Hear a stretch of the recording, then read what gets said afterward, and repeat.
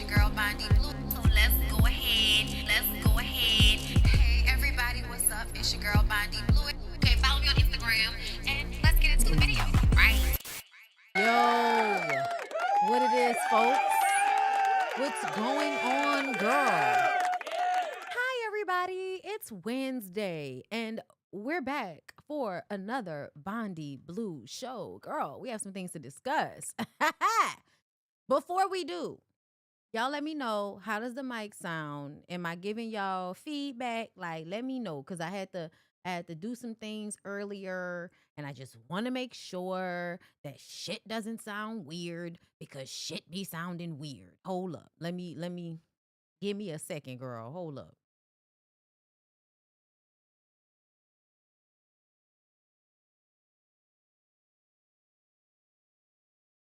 And I just want to make sure that, girl, we have some things to discuss.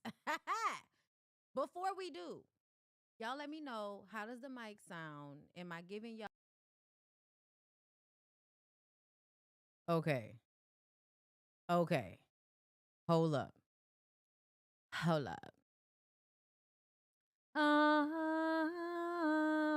Y'all know, and my way of wasting time is to sing. Don't be mad. Ow, wow, wow. Um, uh.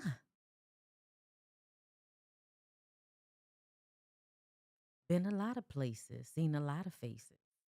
Oh, hell, I even fuck with different races. A white dude, his name was John. He had a Queen Bee Rules tattoo on his arm. Hold up. Y'all know, and my way of wasting time is to sing. Don't be mad. Ow, wow, wow. Been a lot of places, seen a lot of faces. Oh, hell, I even fuck with different races. A white dude, his name was John. He had a Queen Bee Rules tattoo on his arm. Hold up. Okay. Okay. I think we're good. I think I'm loud enough. I don't think I'm low. We're gonna get straight into the show. All right, everybody? You ready? Let's do it. All right, girl. We're gonna start with Dr. Cheyenne Bryant. Believes men are more serious about relationships than women and explains why women are okay with being side chicks. I actually agree with this. I agree with this, y'all. I agree with her saying that men are more serious about relationships. They are, because they're looking for servants, because they're looking for a woman to come along and do all of the menial tasks that they don't feel like doing. They want constant access to sex. They want someone to clean after them. They want someone to provide all of the things that they do not want to pay someone else to do, or things they don't want to do themselves. And so, what they have figured out is wives do this shit for you. If a woman believes that you love her, that woman will dedicate her life to you like you are a motherfucking god. Like you are a deity, sir. Oh my God, be a good black man, have somewhat of an education, know how to talk to women like you got some sense. Oh my God, the lady will sacrifice herself on the rock of Gibraltar for you. That's what she will do. Okay. And then if there's any inkling in the community that she is not one of these women that is willing to throw herself into the threshold of dick for a man, like if she's not willing to make these sacrifices for a man on this land, somebody's gonna bully her about it. Her mom, her family members, her friends, whoever, girl, people on the internet, girl. What? The algorithm doesn't respect you if you're not somewhere worshiping dick. Right? Let's listen to what she has to say. Who's more delusional right now, men or women? Oh, that's a great question.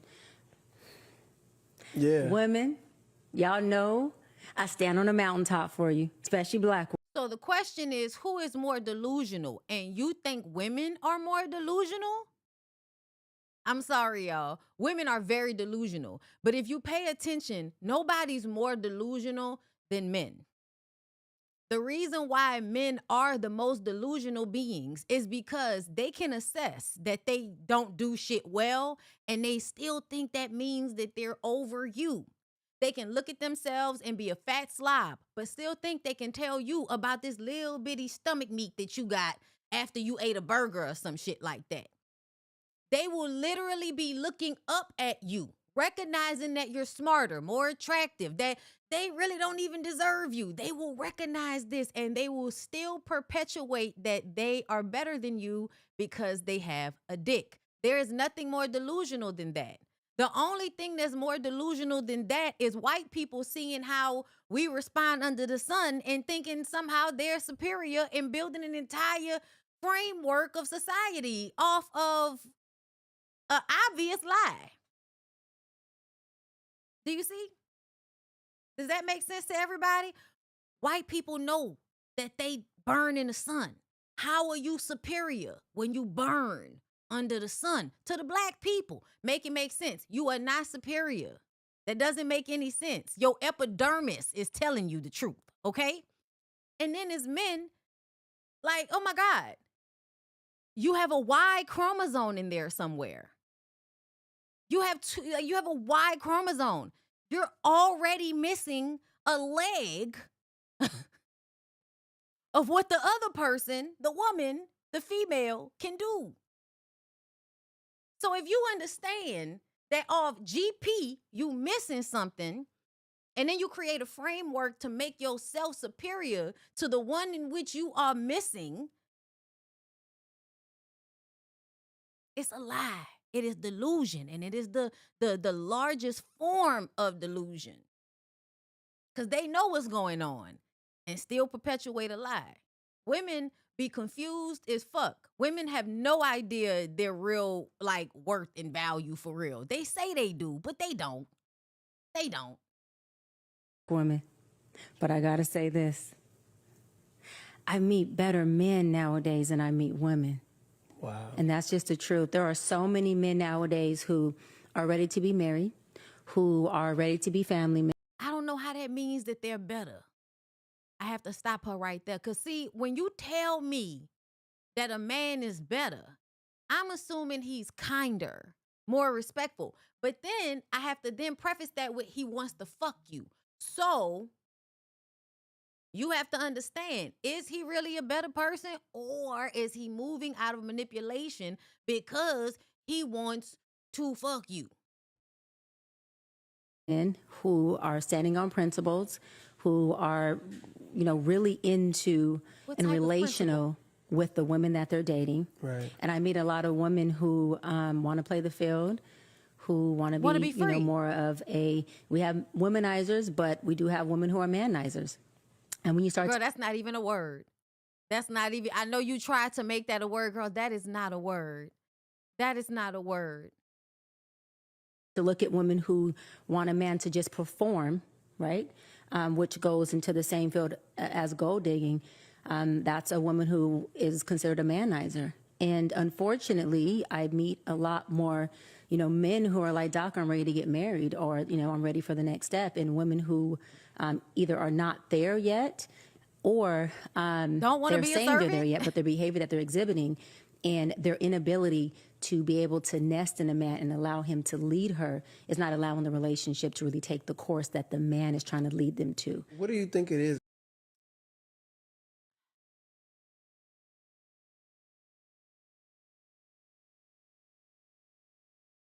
The woman is not letting the man lead her where the man is trying to lead her to. Ma'am, the woman is an adult. These niggas are missing part of the chromosome. Why would we be letting them lead anything? The leading has been happening for hundreds of years now. They're like eating people. like fucking kids and stuff at large. And it's not to say that women aren't doing some of these things. Women are doing some of these things. But the statistics show that it's like a 10% and then beneath that, like 10% and under of women doing the things that men do at like a 80 to 90%. Like 80, 90 percentile, nigga. Like you really up there. But y'all know y'all can always find those women that are doing this. So you can go and find that little small percentage. But when we put it up against how many of you niggas is doing this, it's just still not gonna equal out, girl. I still feel like it would be easier to spot a weird bitch if there wasn't so many weird niggas around. And I'm not saying, we should get rid of anybody or anything like that. I do wish one day that if me personally, I want you to live on another planet. Like if you want to do some of this shit, this oppressive, weird shit, I want you to live on a piece of land just with you and the men you like. You know what I'm saying? I want you to have what you want, bitch. I just want y'all to get away from me and from those of us that don't want this. Like all of this trying to force y'all way of life on people who it naturally is not occurring to. This means that women don't want to get married because women understand the sacrifices that it means. And I remember in the 90s, in the early 2000s, when niggas was calling women a ball and a chain and acting like having a relationship with a woman was them going to prison. They did not want to get married. And now all of a sudden, y'all have flipped the coin and now y'all want marriage and the women don't. Yeah, I would much rather women not want marriage and then the men want marriage. I like that dynamic better because that means the women are in control of who's getting married. And that's what I would like. I want the women to be in control of who's getting married. And the reason why is because historically at large, the women have not been in control of who's getting married. The men have. That's why you haven't seen a bunch of like young boys being married to older women, but you see hella grandpas that was at least 17 or 20 years older than your motherfucking grandmother, bitch. Now, yes, every once in a blue moon, you will find you a nasty bitch that was 20 and fucked some 15-year-old boy and got pregnant. You will see those. You'll see those up and around. They're always weird bitches. And again, if there wasn't so many weird niggas around, we would be able to spot weird bitches and push them to the edge of the town. Okay? But there's so many of you niggas that we have to worry about. We can't even see a weird bitch. Okay? Because there's so many weird niggas in front of her. My God. I'm going to let them finish. I hate the way he's wearing whatever he's wearing. He just annoys me. Inside of women that allows them to be a side chick. That's a self-love deficit, a self-worth deficit. That's a daddy issue, a parental issue. Some women have mommy issues. We don't talk about that enough. Wow. They are so resentful toward their mothers that any woman that they can tear down is a representation of them tearing down their mother that they've been mad at. Absolutely. And so if I could sleep with your man knowing that that's going to dismantle you, when I really want to be able to dismantle my mother who either abandoned me, who wasn't there, who mistreated me, who abused me, or who I have this resentment toward, then guess what? Every woman from that point on is just going to get it. And it's unfortunate because we blame women's bad decision making, right? Or they're misbehaving on daddy issues. But we don't talk about how there's mommy issues that women have as well. We always put mommy issues on men. But when a woman has resentment towards her mother, because again, they felt like the mom didn't show up in a way that she should have, then that woman has it out for other women, and that's easier for her to get into positions of being second. Also, daddy issues, right? If she's never had a father dote on her, love on her, and choose her, that means that any choosing that she gets for her is what? Valid. Choose her? She never had her father choose her. Girl, what? See, this is what them crazy bitches on TikTok was talking about. Why you can't say that you want to be with somebody like your parent. Because there's always some weird person somewhere that's making way too many connections between the two. Okay? Like, what do you mean? Nigga, you don't pick your daughter. You fuck women and have daughters. The only time you pick them is when they're not physically yours. They're not biologically yours. But you know what I'm saying? Like, what do you mean picked? Like, that's what I'm saying. Yeah, like, this is what we were talking. Like, stop trying to be picked all the goddamn time. Now you impressing that on young girls, on children, that they need to be picked. Little girls don't need to be picked. Weird ass bitch. pick me, pick me, pick me. Hallelujah. I gotta find a man. I don't care what he did. I don't care who he hurt. I don't care who he fucked. I just want a man to pick me, Lord. Somebody somewhere. Somebody somewhere. I'm gonna let her finish. Was that it? Who's more? I think that was it. Listen, everybody got mommy and daddy issues, right? And that's because most people are having children that shouldn't be having children. And that's because of religion and shame and guilt. Like it's really not that complicated, but we're gonna overcomplicate it as a people because we just don't want to admit it is what it is. You know what I'm saying? But yeah, y'all, Dr. Cheyenne is out here, giving partial good advice, partial good advice, right? I think it's important that we are not always trying to be chosen and picked by somebody, but that we choose and pick ourselves. And when it comes to children, you don't have children that you don't want to love and take care of and nurture, no matter who you are. Like, don't have children for other people. Don't have children for an image. That's weird. Can you not and say you did? Y'all lie about everything else. Let's not put children in the midst of your bullshit. Y'all do this all the time. It's very, very upsetting. Speaking of putting children in your bullshit, do y'all remember that we were talking about Chris Brown and his baby mamas? Where apparently on Tiki-Taki, the situation has turned into a deep dive. And let me tell y'all something.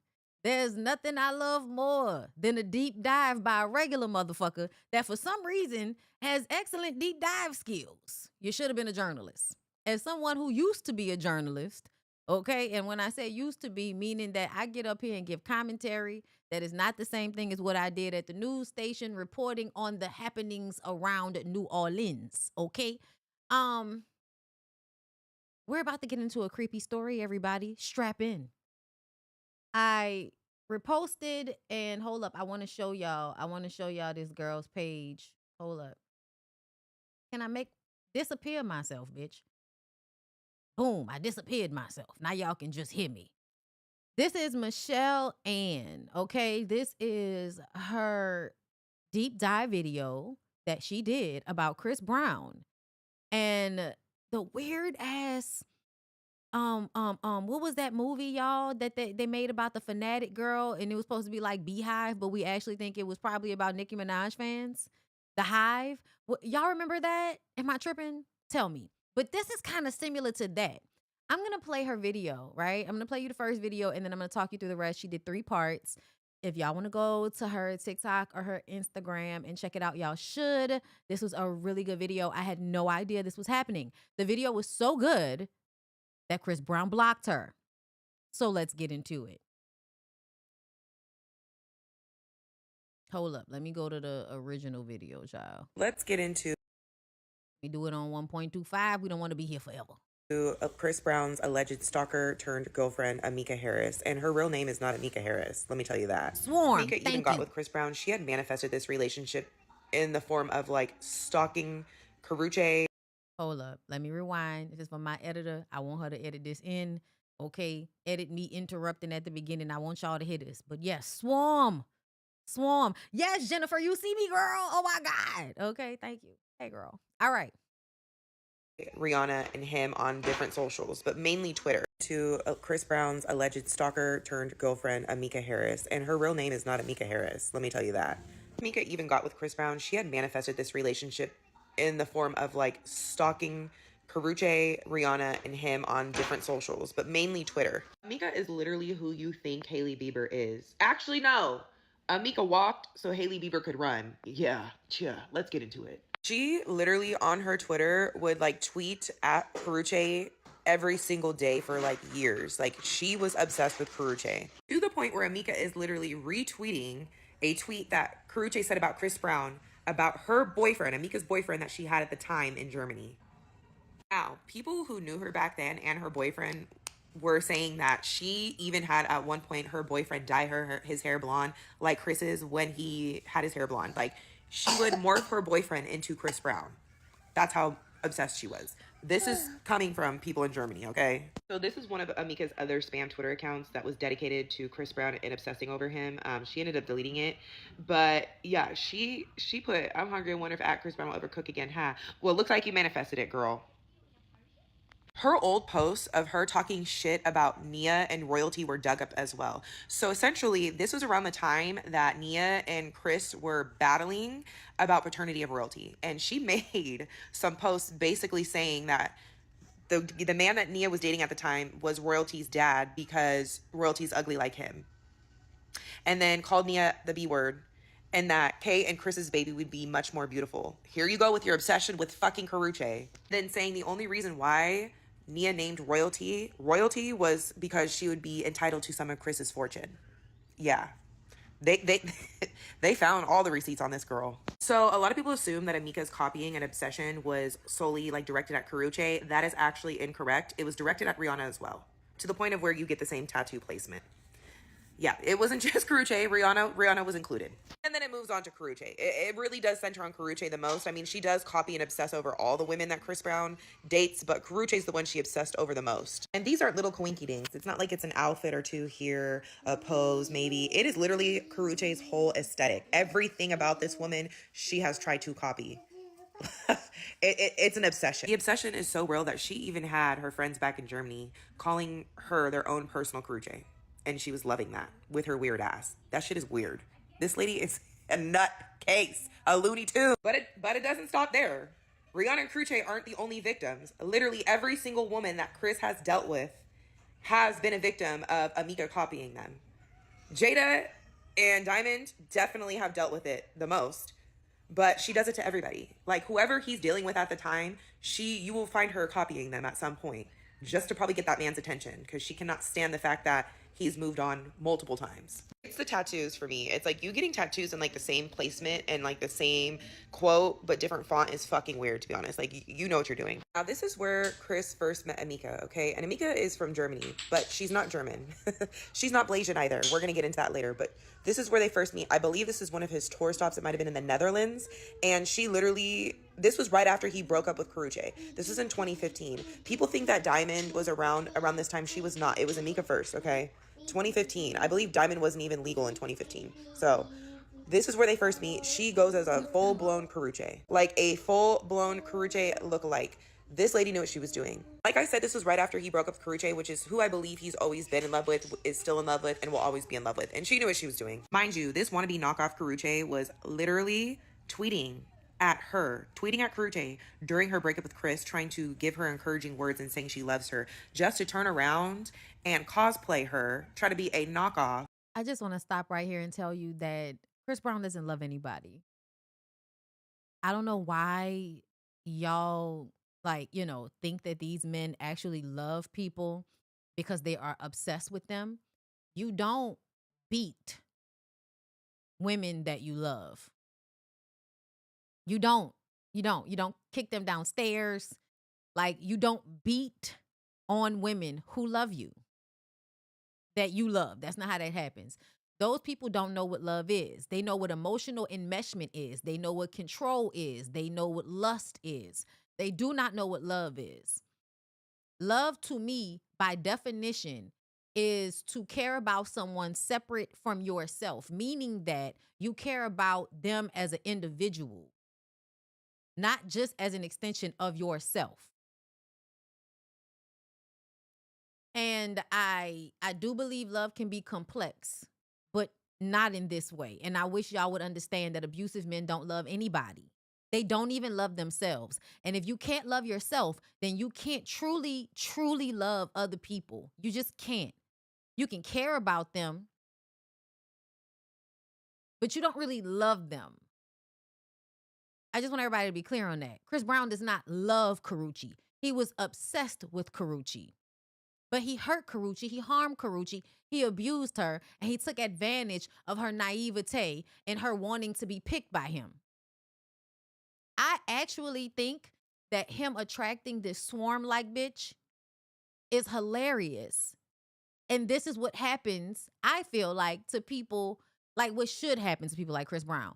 If you like to get into relationships with girls so that you could be abusive and do crazy shit so that you can control the dynamic, you know, niggas act crazy and do all kind of weirdo shit just so that you could be walking on eggshells around them. It's a form of control. Like sometimes even if they're not going to do you anything, they will do things in order to incite fear from you, right? They don't hit you, but they if at you, right? You know, all kind of like little weird shit because they don't have to always hit you in order to get you to be under their control, in order to get you to be scared, in order to get you to be emotionally manipulated in the relationship. So please be clear.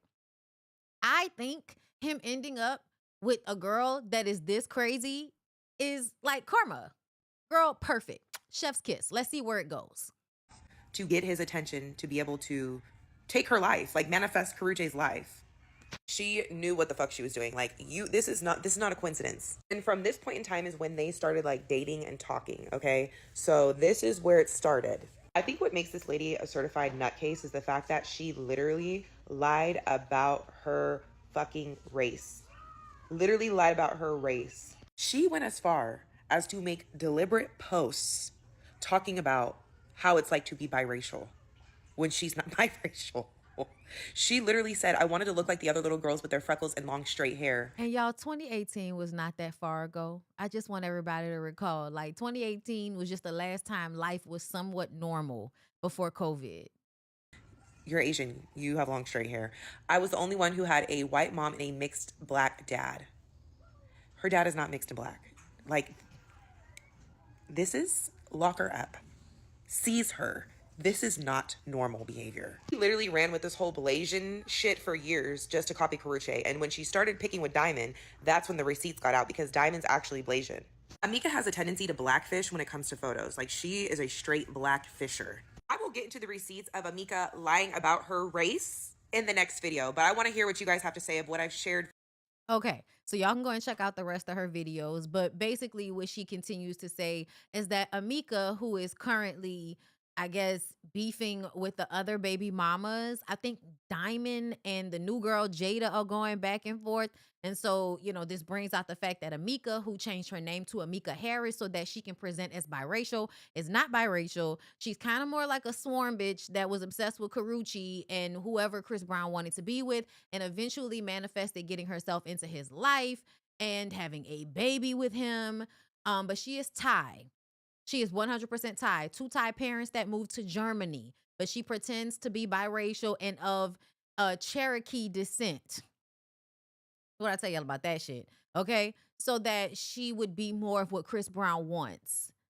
Because Chris Brown has a type, because Chris Brown is colorist. And we keep telling y'all that.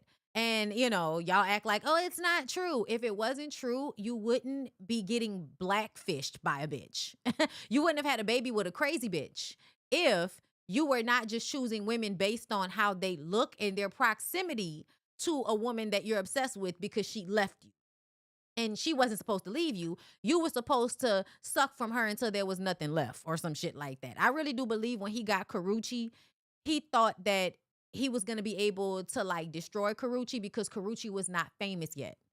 Karrueche, we did not know Karrueche when she started fucking with Chris Brown. She becomes famous. She starts acting. She starts modeling. She starts becoming someone that we like.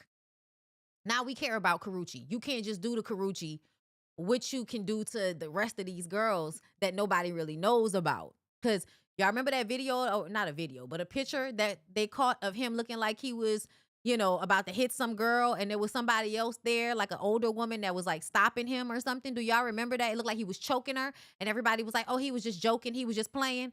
But you could see on the other woman's face, it did not look like he was joking or playing, and he looked fucked up, like he looked, you know, inebriated or something.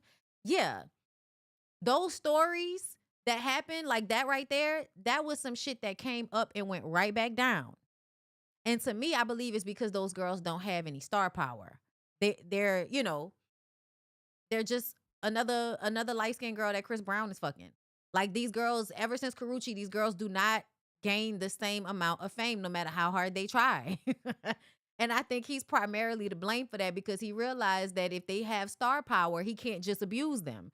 They can eventually leave him too. All them other suckers out there made famous, right? So you just gonna leave me like all them other suckers I done made famous. I promise you he said something just like that to the rest of these girls after Karuchi. That nigga's crazy. That nigga's crazy.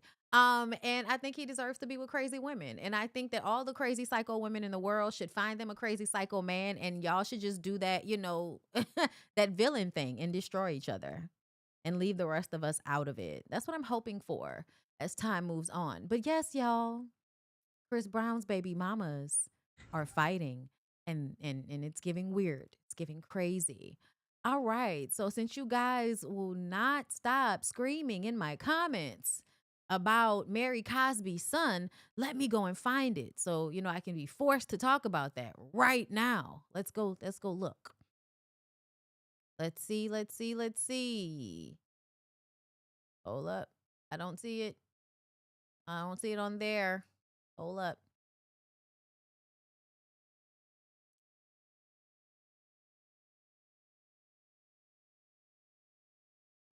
See. All right.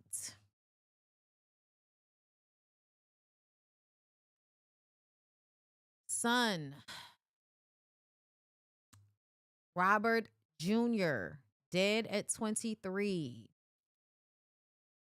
Mary Cosby tells TMZ, our beloved son, Robert Jr., has been called to the Lord. Though our hearts ache, we take comfort in God's promise and in knowing he is finally at peace. We are grateful for your prayers and trust in the Lord to carry us through this time of sorrow. The son of the Real Housewives of Salt Lake City star Mary Cosby is dead, TMZ has learned. Robert died Monday in Utah. The cause of death is unclear, but police responded to a possible overdose, and it turned into a death investigation upon arrival. Police in Salt Lake City tell us they responded Monday night to a call for a full arrest medical emergency for a 23-year-old male. We're told fire and paramedics were dispatched. His death comes only a couple of months after Robert's wife, Alexana Smokov, filed for divorce.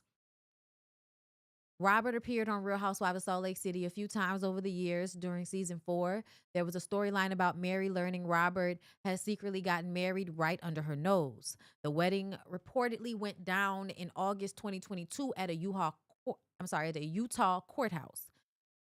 Real Housewives of Salt Lake City made Robert and Alexiana's alleged drug problems a big part of Mary's storyline too. Robert had numerous legal issues. As we first reported, he was arrested in Utah back in September for a number of alleged crimes, including trespassing and assault. He was previously arrested for DUI in 2022 when cops said he didn't have a license and disobeyed traffic laws. He ended up pleading guilty to the DUI. He was only 23. Well, that's very, very sad. It's very, very sad. I'm not going to say I'm surprised, but it's very sad. And I would, when stuff like this happens, I think about the childhood. I think that's what my mind automatically goes. In order for the story to end like this, I think about the beginning. And I think about Mary as a person, what she must have been like as a mother. She shows herself as somebody that cares so much, but there's obviously a disconnect. There's obviously a disconnect in her mind and in her spirit, in her body. There's a disconnect there, right? For you to even be able to fuck your grandmother's husband so that you could have this child. It just feels like, dysfunction, and people putting money over everything, putting power over everything.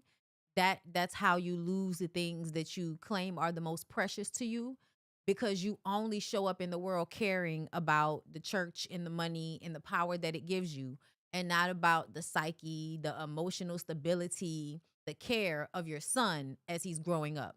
I'm not, making any indictments on Mary, but I can't act like I don't think Mary and her weird ass, cult, and the weird ass relationship with Robert Sr.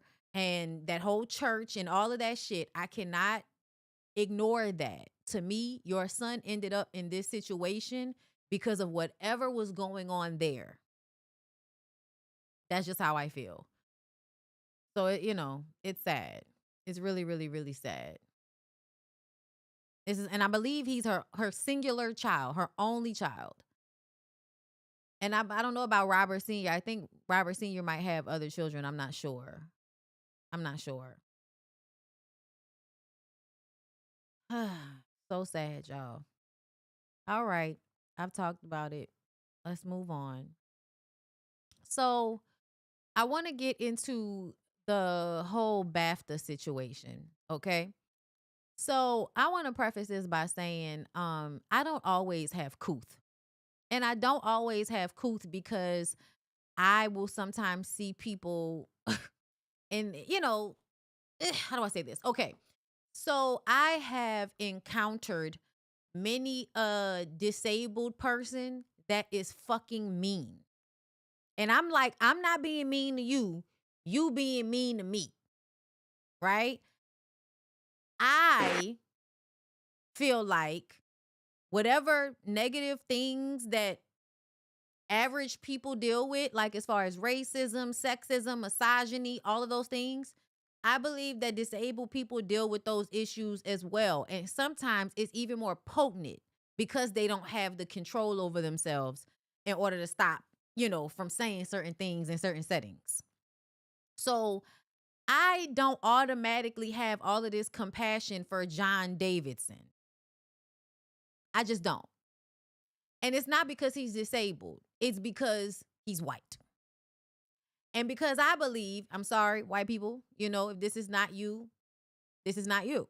But if this is you, I believe that if y'all don't make a conscious effort to not be racist, it's just kind of in the pudding. It's in the baking, girl. Whatever was baking in your, if your parents did not take special effort to teach you against these things, you are inherently going to be racist as a white person, especially growing up in America. I don't know what else to tell you. Okay?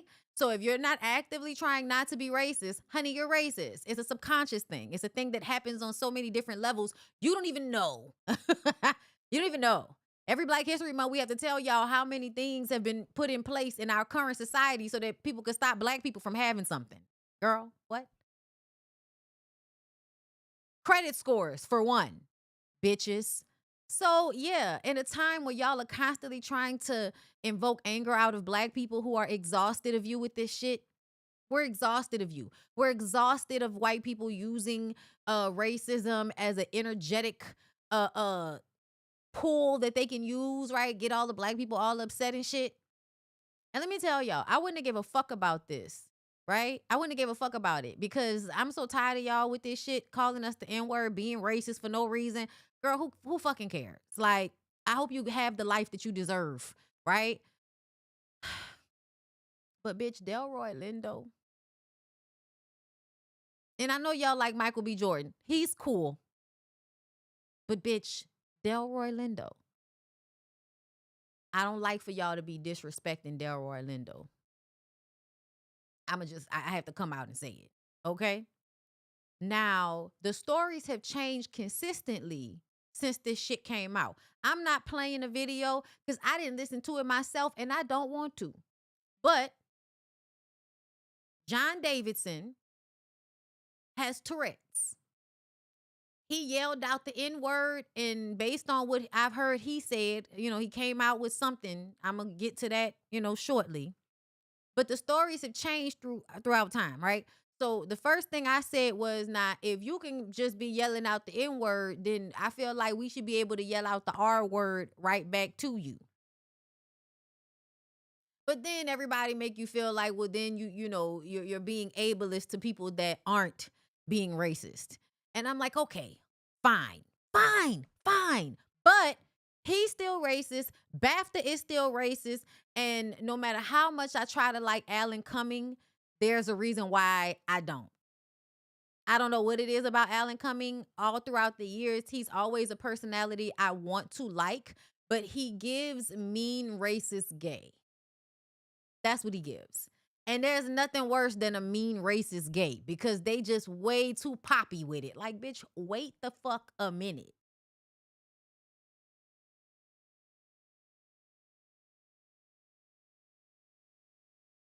Let me read y'all what they said. Neighbors, this must have been awkward. Tensions were high last night at the BAFTA Film Awards after Michael B. Jordan and Delroy Lindo got called a racial slur while on stage presenting. According to Variety, someone in the audience suddenly yelled the N-word along with some other profanity while the two actors were speaking. It reportedly came from John Davison, a Tourette syndrome campaigner whose life inspired the film I Swear, which was being acknowledged that night. A film that nobody knew about until this moment. An award show nobody gave a fuck about until this moment. Using racism in order to farm energy and attention and clout. Event organizers reportedly claimed the comments were involuntary vocal tics linked to his Tourette syndrome. BAFTA host Alan Cummings stepped in to calm the room down, explaining to the crowd that Davidson has Tourette's and that some of the things people were hearing were not intentional. Cummings told the audience they were proud to have Davidson there and thanked everyone for being understanding, while also admitting the moment could be a little unsettling. Now, my problem is, who the fuck told you that we were understanding? You guys assume that we're going to forgive these things before anybody actually even attempts to offer a real apology. Just automatically assume that everybody's going to be understanding.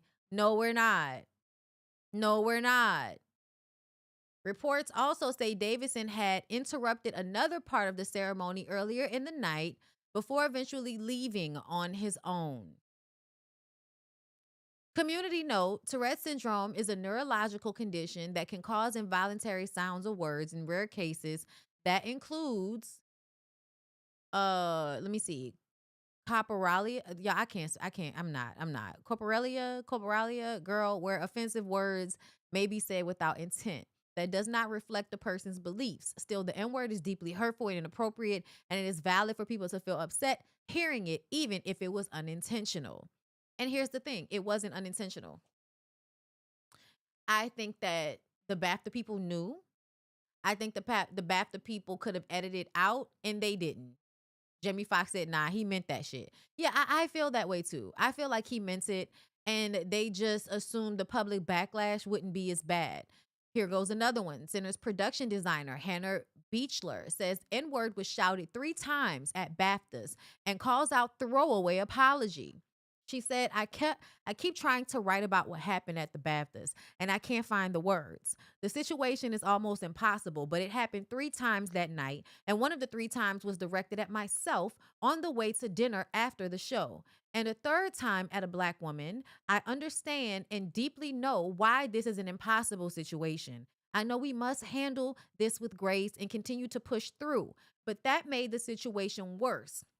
What made the situation worse was the throwaway apology of if you were offended at the end of the show. Of course we were offended, but our frequency, our spiritual vibration is tuned to a higher level than what happened. I am not still.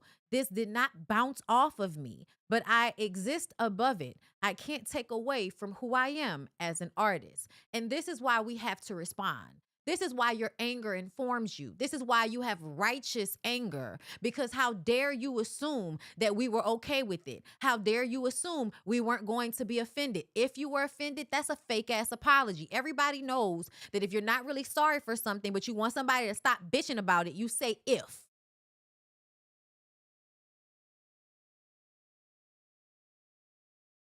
This is ridiculous.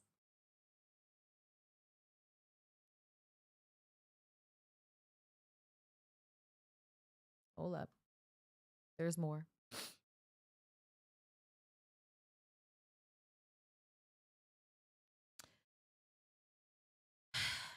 In a statement shared with Variety, Davidson emphasized that his Tourette's tics are involuntary and are not a reflection of my personal beliefs, adding that he was deeply mortified if anyone considers my involuntary tics to be intentional or to carry any meaning. He thanked organizers for their support and for telling the audience in advance that his condition might cause unpredictable noises, saying he felt welcomed and understood in an environment that would normally be impossible for me. So the idea that BAFTA did something that was fucked up to both the black people and Davidson is bullshit to me, because the way he responded was as if he felt that BAFTA had the correct response to him. I don't feel like they had the correct response to Delroy Lindo, Michael B. Jordan, and all of the other black people who were in that room and who felt the humiliation and the harm of that word being yelled out in such a setting at such a time. Davidson said he attended the BAFTAs to celebrate I Swear, a film about his life that more than any film or TV documentary explains the origins, condition, traits, and manifestations of Tourette syndrome. Aware of the distress his tics were causing during the ceremony, Davidson said he chose to leave the event early. As reported during the ceremony, Davidson's outbursts included him shouting the N-word while actors Michael B. Jordan and Delroy Lindo were presenting an award. Host Alan Cumming addressed the crowd at the event, explaining the strong language might be heard due to the nature of Tourette syndrome. The moment was later aired on the BBC's delayed broadcast, prompting apologies from both the broadcaster and BAFTA for not removing the offensive language. It's unclear if personal apologies have been given to Jordan or Lindo. Yeah, I think it was intentional. I think your apology is bullshit. I think the Brits at large have a racism issue that they don't deal with, because there's not enough black people, I guess, in England in order for them to actually like bitch a fit at moments where, you know, people are being racist in their vicinity. But I've noticed this a lot from like, you know, British black people, not all, but a lot. A lot of them weaponize blackness against Americans. They basically take the same mentalities as the oppressor, as the white people. I don't know why, but you know, I see that a lot. Anyway, and apparently Delroy Lindo was originally born in Europe, but eventually came here. I love Delroy Lindo. But he reacted to the slur. I don't want to hear it.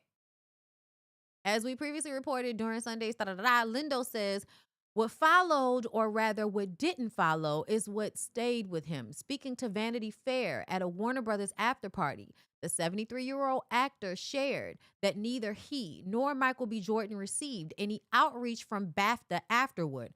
He explained that he and Jordan did what they had to do, pushing through the presentation with professionalism, but he admitted he wished someone from BAFTA spoke to them afterwards. In all honesty, I wish y'all would have walked off. The only reason y'all didn't walk off is because you thought they would edit it out. And you didn't want to fuck up the broadcast, because once you're involved in television in such a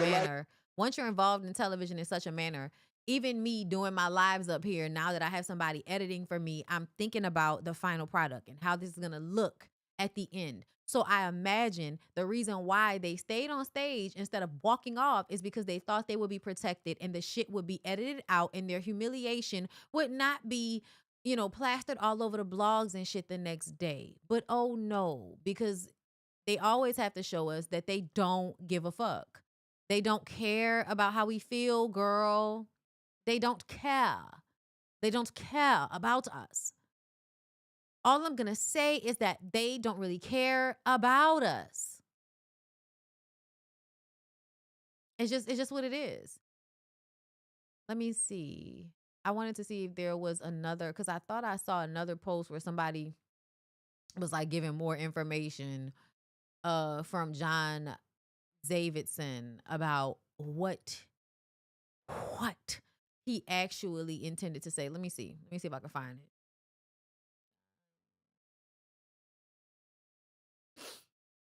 All I'm gonna say is that these niggas don't care about us. All I'm gonna say is that these niggas don't care about us. Okay. BBC broadcast of racial slur at BAFTA is unacceptable, says Nandy.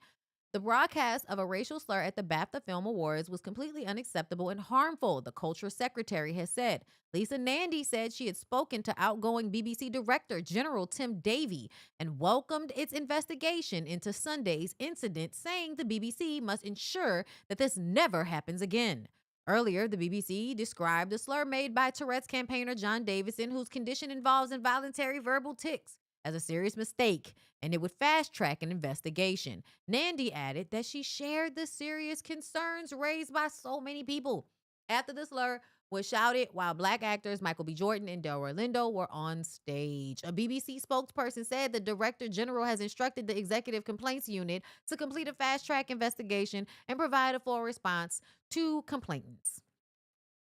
Girl, I guess. Where's John Davison? Let's see. Let's see.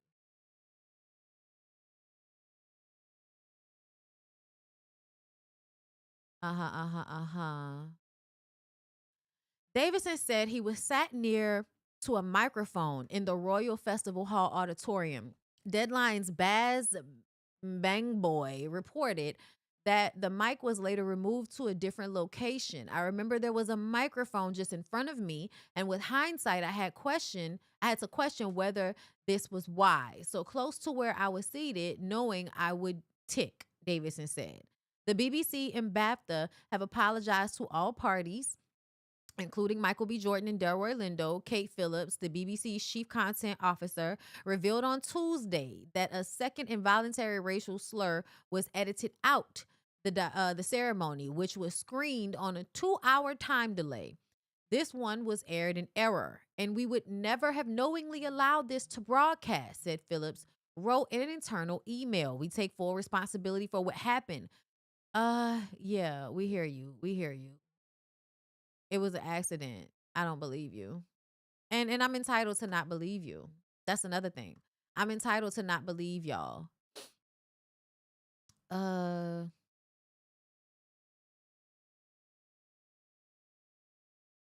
Let's see. Since the fallout, Davison's team shares that he's reached out to the studio handling Sinners in order to directly apologize to Jordan Lindo and production designer Hannah Beachler. Here he is giving his account in his own words. So he apparently has reached out now, a couple of days later. Very often, the media focuses on my particular type of Tourette's, which is called copralia, the involuntary use of obscene or offensive language. This symptom affects 10% to 30% of people with the condition and is not a criterion for diagnosis. However, it is one of the hardest tics to manage. I really want to have empathy, right? Like I do. Because I do. On some level, I have empathy for people who stand outside of social norms and what is acceptable. But I also fear like you having a disability does not mean that you are exempt from the way society grooms people to be racist. But yeah, he goes on to explain his, experience and what it feels like, bloggity, bloggity, blah.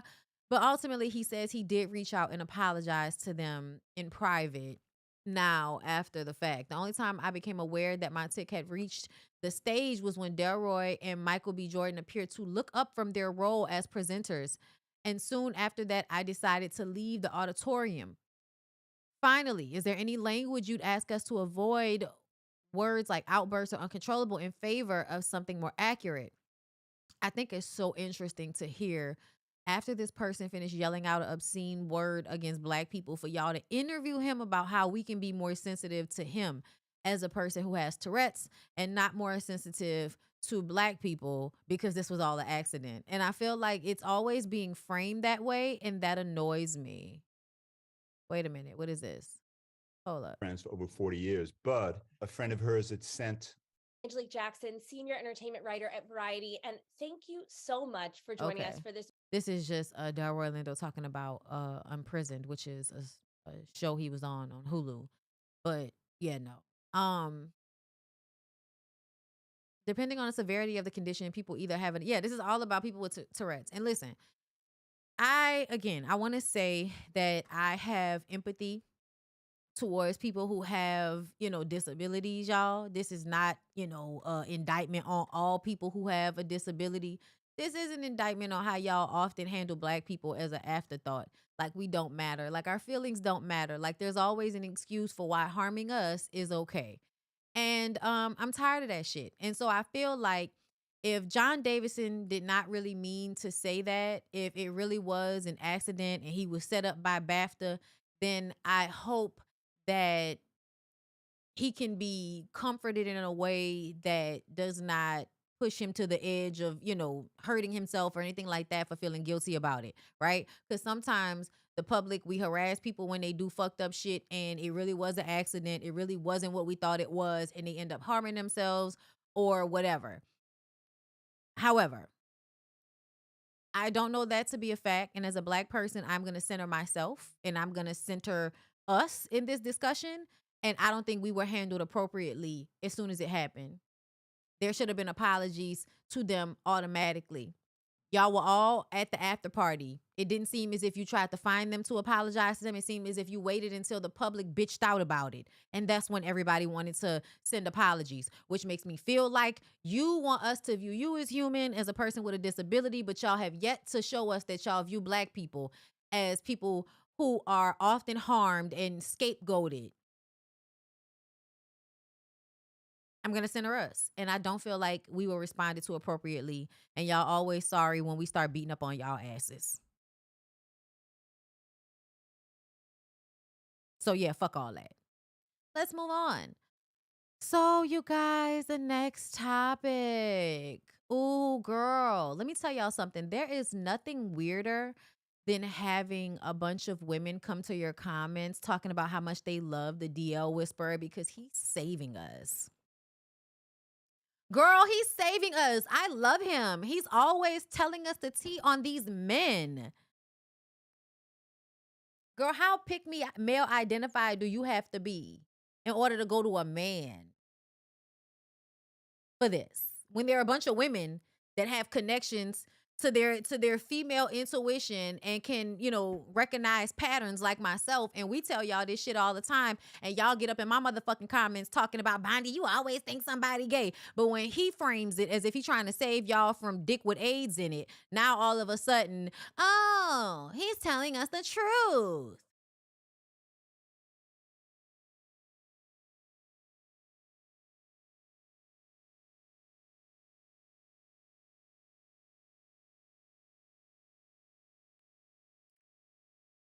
But Laquan was arrested on felony aggravated stalking charges.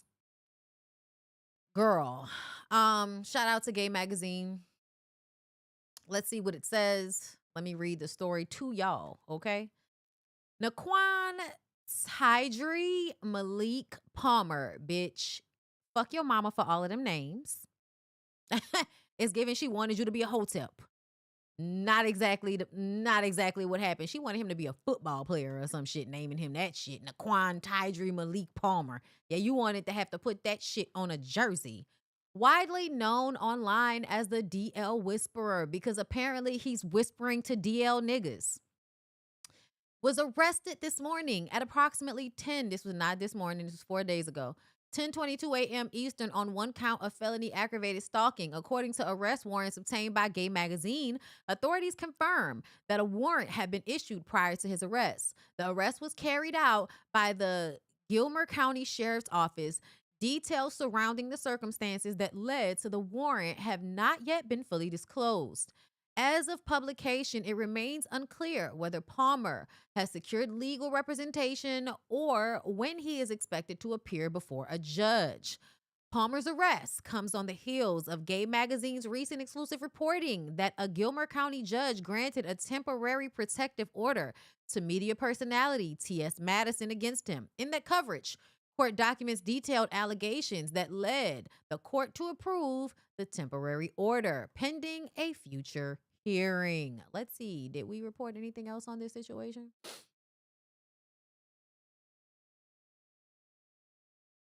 Okay, hold up. There's one.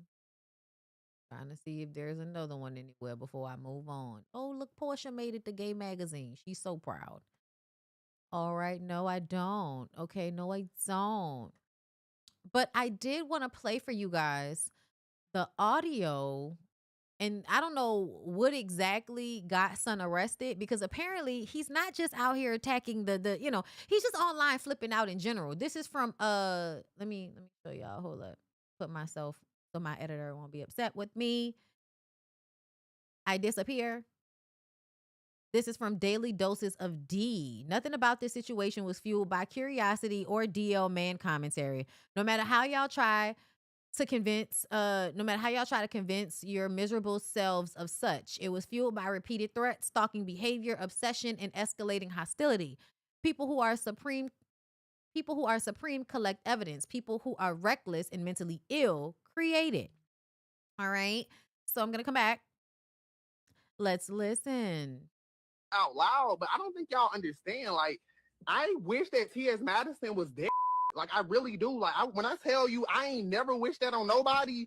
And followers, you ugly, thirsty, peanut head having ass bitch. And let me tell you something. I know where you live at now, so just be expecting you're gonna die. I want him dead. Out loud, but I don't think y'all. My husband asked me why I did not like the first song on Cardi B's album, and this is why. Because somebody makes a song talking about I want all you bitches dead, and now somebody is just saying it online. And look, girl, you're going to jail. Y'all understand? Like, I wish that T.S. Madison was dead. Like, I really do. Like, when I tell you, I ain't never wished that on nobody. And followers, you ugly, thirsty, peanut head having ass bitch. And let me tell you something. I know where you live at now, so just be expecting you're gonna die. I want him dead. Out. So that happened, right? And so now he's in jail, and I believe the bond was denied. Good Lord, the bond was denied. And I listen, girls, listen.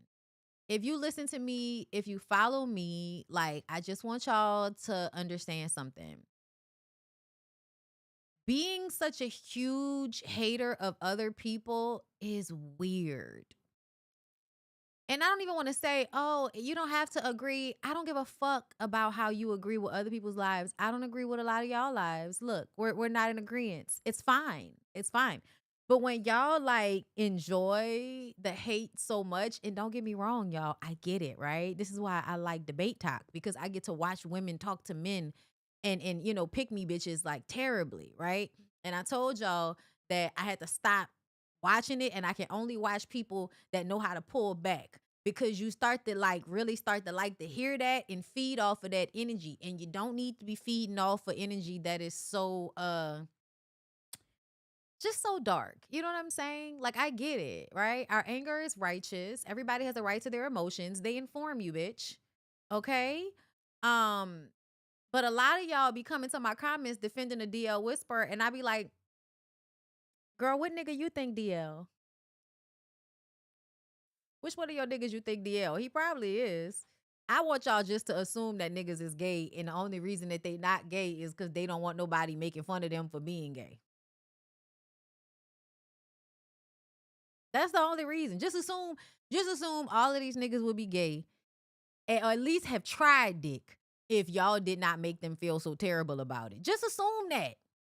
And be okay with it. You know what I mean? I know a lot of y'all don't like to be okay with that, because y'all love to, you know, feel like all of the dick everywhere belongs to you and nobody else but you. And you get upset when you find out that, you know, the dick don't want you. As a woman, when I guess women are so used to being like, you know, perceived as attractive, that when they find out men don't want them, they get all upset. And I just want y'all to stop getting upset. Listen, people have been telling me that they did not like me since I was a child, girl. You just learn that, you know, it's okay. You gonna like people that don't like you, girl. It happens to me all the time. I was thinking about this the other day, child. All of the hoes that I fuck with when I'm like, you know, my teens and 20s, I'm like, oh, them hoes hate me. Like, how was you fucking with people that hated you all of that time? Because people try to get what they can get, no matter how much they hate your ass. Okay? So yeah, y'all, like, it's okay. It's okay. Like, DL men are not the only fucked up ones. Like, as a woman that dated other women, the bitches hate. Let me tell you something. Some of them hoes hate me to this day. To this day. And it's cool, bitch. Just stay away from me. Don't see me on the street. Okay? But yeah, y'all gotta stop being like this. Let these niggas go. If a nigga DL, he ain't for you, bitch. And maybe a lot of y'all, I don't want to be with no man that like other men. Why? Why? Do you think they gonna have more tootie in their booty? I understand. That's not attractive to everybody. Don't nobody want to be with no tootie booty ass nigga. You know what I'm saying? Like, not if you don't like tootie booty ass niggas. If you like tootie booty ass niggas, then girl, more power to you. There's somebody for everybody. That's what I believe. But I think a lot of straight women, like, y'all think if y'all fucking with a nigga that fuck with other niggas, he gonna be like a tootie booty ass nigga. You know what I'm saying? Like walking around switching or something. Girl, no. They be some of the most niggerish of niggerish niggas. Think about it like this. The niggas that are fucking the most niggas are in jail. And those are some of the most hard niggas. You know what I'm saying? They ain't no switch in the switch. You know? Y'all gotta stop thinking like this. It's not the 90s no more, right? And you do know that you could get any STD that you could get. Like, men fucking each other are not magically creating the STD, y'all. They're passing it just like they would if it was, a woman. And these niggas be hoes, y'all. Whether they with men or with women, they will be hoes and fuck any and everybody and get an STD and then come home and give it to you. They will do this no matter whether they are straight or down low. So the things that y'all create in y'all mind to where y'all feel like y'all have to be protected from DL men, girl, protect yourself. Get some discernment. Wear fucking condoms. Stop acting like a bird.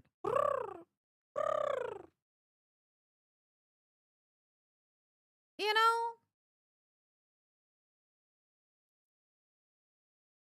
And I'm not telling you, because a lot of times y'all think somebody trying to tell y'all who to date. Ain't nobody trying to tell you who to date, bitch. Nobody gives a fuck. Nobody gives a fuck about who you date. What we're talking about is the mindset of the people that do this shit. Like, the DL Whisperer is like a problematic person. It's very harmful. He's misogynistic. On top of the fact that he has internalized homophobia. A lot of gay people have internalized homophobia. That's why I don't like them so much. Like, I really cannot stand when gay people have that internalized homophobia shit, because it's like, it's the same thing as when you trust like Tyra Banks as a black woman. You think because she black, you can trust her. And no, you cannot. She is an Agent Smith ass bitch. You can't trust her.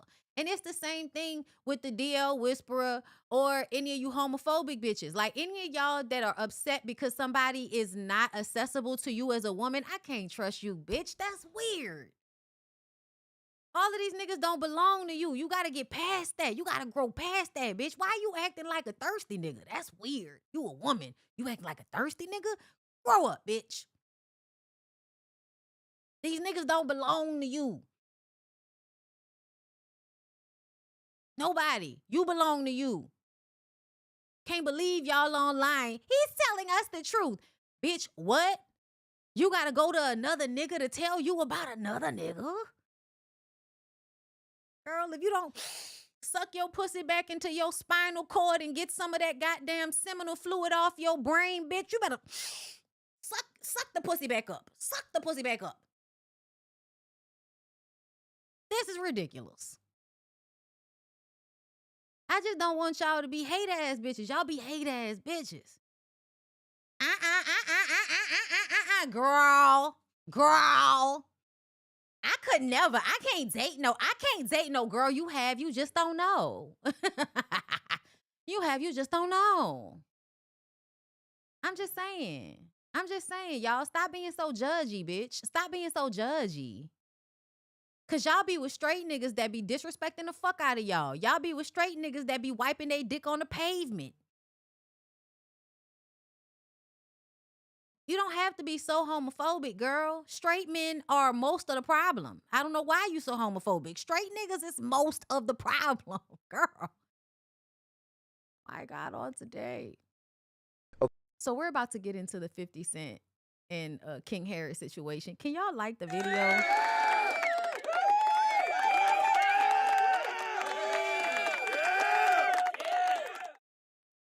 Somebody was in his live yesterday talking about I wasn't smoking for real. I know some of y'all saw that shit.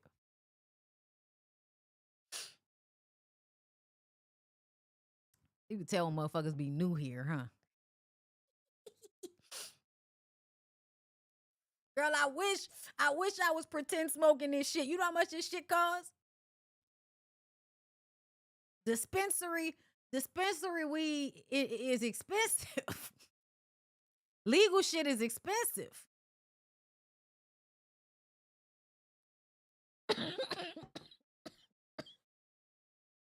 Bitch. Think I got all of these fucking diffusers and shit for? You think I'm playing? It's literally paraphernalia for no reason. Like, what is this? What was this? This was a cookies pre-roll. Okay? Just randomly, for no reason, she's faking. Bitch, I don't fake anything. I don't fake orgasms. I don't fake smoking. I don't fake liking people. I don't fake shit. Bitch, I wish I could. This is when you find out you neurodivergent and shit because you can't really fake nothing. And everybody, don't. It's like you could be so truthful and people will still believe that you lying. And it's like, bitch, I wish I could lie to your puss ass. I wish I could. But I just can't.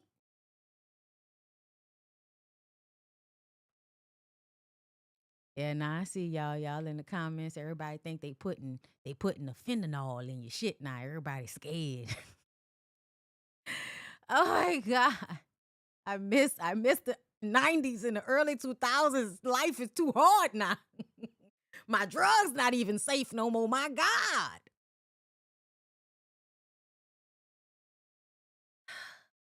All right, y'all. Let's get into it. So this is where it all started. First of all, I will say it again. I've said it before.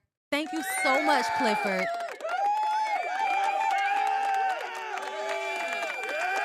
I am one of those people that if I had to say who my top rappers, and I'm talking about like, because I listen to the same people over and over again. But when I tell you the people who I want to hear them, if they come on, I'ma listen to this song. It is Clifford, T.I.P. Tip Harris. Okay, listen. I may not always like him or the misogyny, the weird shit, apparently sticking pinky toes in people's pussies. I don't know. Allegedly, that's what that hoe said. I don't know. I don't know anymore. But y'all can be problematic. You and your wife. Your wife is extremely problematic in the comments under the blogs. Nobody defends a predator more than Tiny Harris. I have to preface this with saying all of this, right? Which I'm sure is keeping me from fucking with Candy.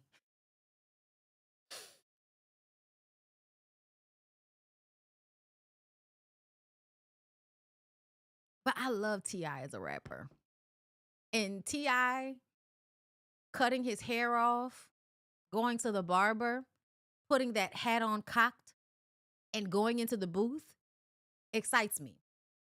I'm not even gonna lie.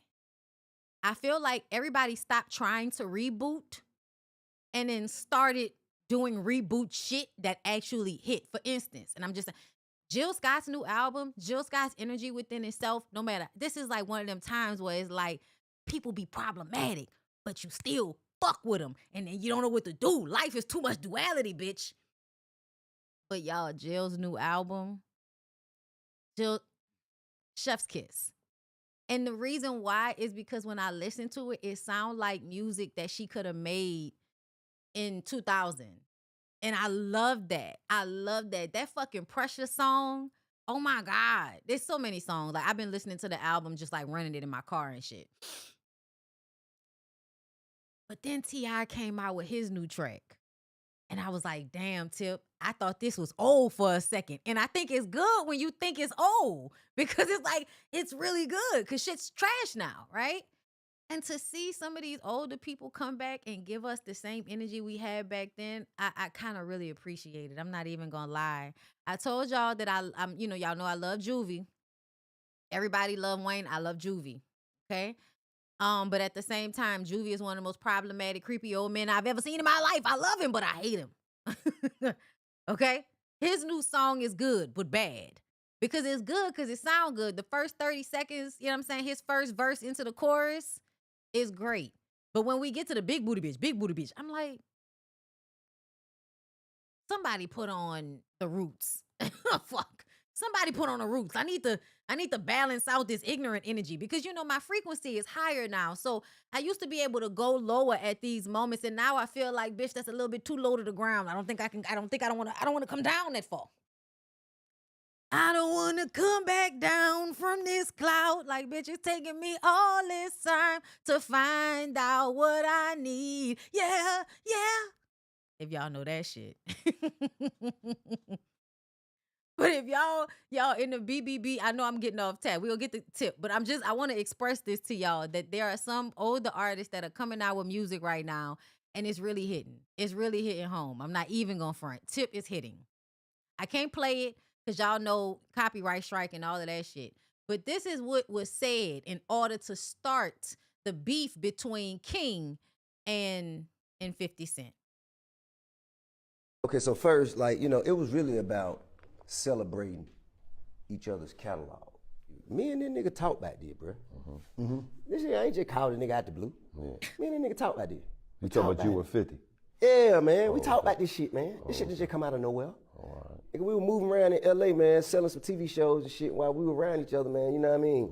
I said, shit, what you think about this? He was like, shit, you want to do that shit? I said, yeah. He was like, all right, cool. So shit. And I told him, I said, well, I'm gonna jump out there first, and then you just gonna jump out there and we'll line it up. And he said, all right. And when I jump out there, nigga act like he ain't know what the fuck was going on. Then that's what it was about. You know what I'm saying? Now, it about, oh, you playing? Okay, you gonna play. All right, cool. Bruh, when I tell you I understand this so much, people with their fucking power plays and shit, like, oh my God, it's so exhausting because once you get to a certain point where you're not trying to play these power games, or at least when you at a point where you recognize that people do it and you not trying to partake, you peeping it, you looking at them like, oh my God, this is so pathetic because this could be so great. But you have to be this small person that feels small, so you got to make yourself seem bigger by having a power play where you don't even need one. Ooh. Well, how about fuck all of it? Fuck all of it. I don't know about a new album, but he has a new single out. Man, cause now I question your character. You should have been questioned his character. But this is for the niggas that are misogynistic. Y'all never question these niggas' morality or their character because it doesn't matter how they treat women. That's why I can't stand Terrence Howard. Because Terrence Howard will pop up on the internet and be acting like motherfucking Gandhi or acting like a genius light-skinned nigga. Okay, peace and greetings to all of the earthlings. I don't know if y'all have been seeing Terrence Howard on the internet, but the nigga is a mind fuck, okay? It's giving Kevin Gates, okay? They be buku smart and they say certain stuff and you be like, damn, that nigga smart. And then you be like, but that nigga still manipulative. Let me not forget. The misogyny kills them every time, y'all. Because it's like, it don't matter how smart or how good they are, because they are misogynistic as men, they have a blind spot. And they can't see the men that are going to snake them because their barometer is not set accurately. Like, if you don't think that the way these men move with women is indicative of their character, then you missing a whole part. Like, you missing a whole part, my nigga. That's crazy. That nigga set a bitch house on fire. Allegedly. Allegedly. That's what she said. That's what she said. I believe victims. You gonna get kick that kind of shit, then, you know, man. Nigga, just say you don't want to do it. All the other extra lame ass shit, man, this shit goofy. So y'all talked about it, you saying? You went out there. Years ago. Years ago we spoke about it. I think it'd be a great battle, though. I think, man, that shit ain't gonna happen. That shit ain't gonna happen, man. I don't want to stand on stage with him. I have no interest in standing on stage with that nigga. I don't respect him. Okay, so first, like, you know, it was really about celebrating each other's catalog. Okay. So that's where it started. And so then... Bitch ass nigga wanna say something about my mama. Your mama dead as fuck, nigga. Your mama dead as fuck. Go dig her up. Go dig her up. Fuck. Post a picture of your motherfucking mama, nigga. She dead, nigga. Pay respect, nigga. Stop fucking playing with my mama, nigga. Nigga ain't playing like that. Nigga ain't going like that, nigga. How y'all bitch ass niggas raised? I'm not raised like that. I don't go. I'm not going about my mama, nigga. I'm not going, nigga. So tell your dead ass mama dig her ass up and post a picture that look better than my motherfucking mama, nigga. First of all, King, I'm here for the energy, but nigga, not while you're driving. And what are you driving? Is that a Tesla?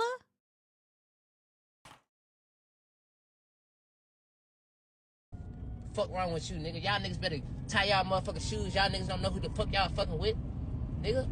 You better put that music up, and nigga, shut the fuck up, nigga. Cause all that other shit ain't gonna get it. On my mother. Your mama dead as fuck, nigga. Dig that bitch up. Nigga not going. Go put some flowers on that bitch grave, nigga. Man, nigga posting my mama a motherfucking legend. Your mama a motherfucking J, nigga.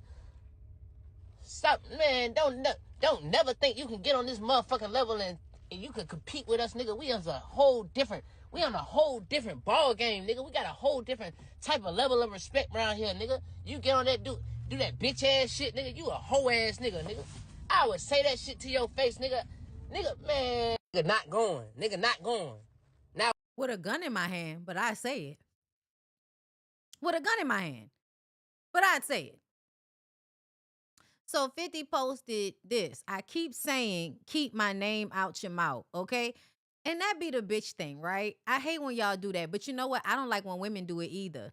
Because I was just like, that's what the women on Married to Medicine be doing. Y'all get mad at each other and then y'all start hitting each other in the head with the dicks. You know what I mean? My dick better than your dick. Your dick ain't as good as my dick and all that weird ass shit y'all be on. I hate that shit. I hate that. Stop using men as measuring tools. That's some whack ass shit within itself. But it's especially whack when men do it. And because to me, it's always punching down. Men's ability to punch down on women. So I don't know about y'all, but when I was growing up, a boy ribbing you is always worse than a girl ribbing you. A boy lying on you is always worse than a girl lying on you. Like the way boys would deal with us when we were growing up, like it was a lot of shit. Like telling people you had sex with us when we was young, when a lot of us were virgins and shit like that, lying on us and saying like it put us in fucked up situations. It put us in fucked up situations because, you know, dudes will lie. Dudes will lie on girls and do all kind of weird shit. And it puts us in harm's way a lot. And we don't really have anything like that, especially not as young girls. Y'all be acting like, oh, I could yell rape, but be fucking for real. Nobody cares when girls yell rape. That don't do nothing but make the girl look bad.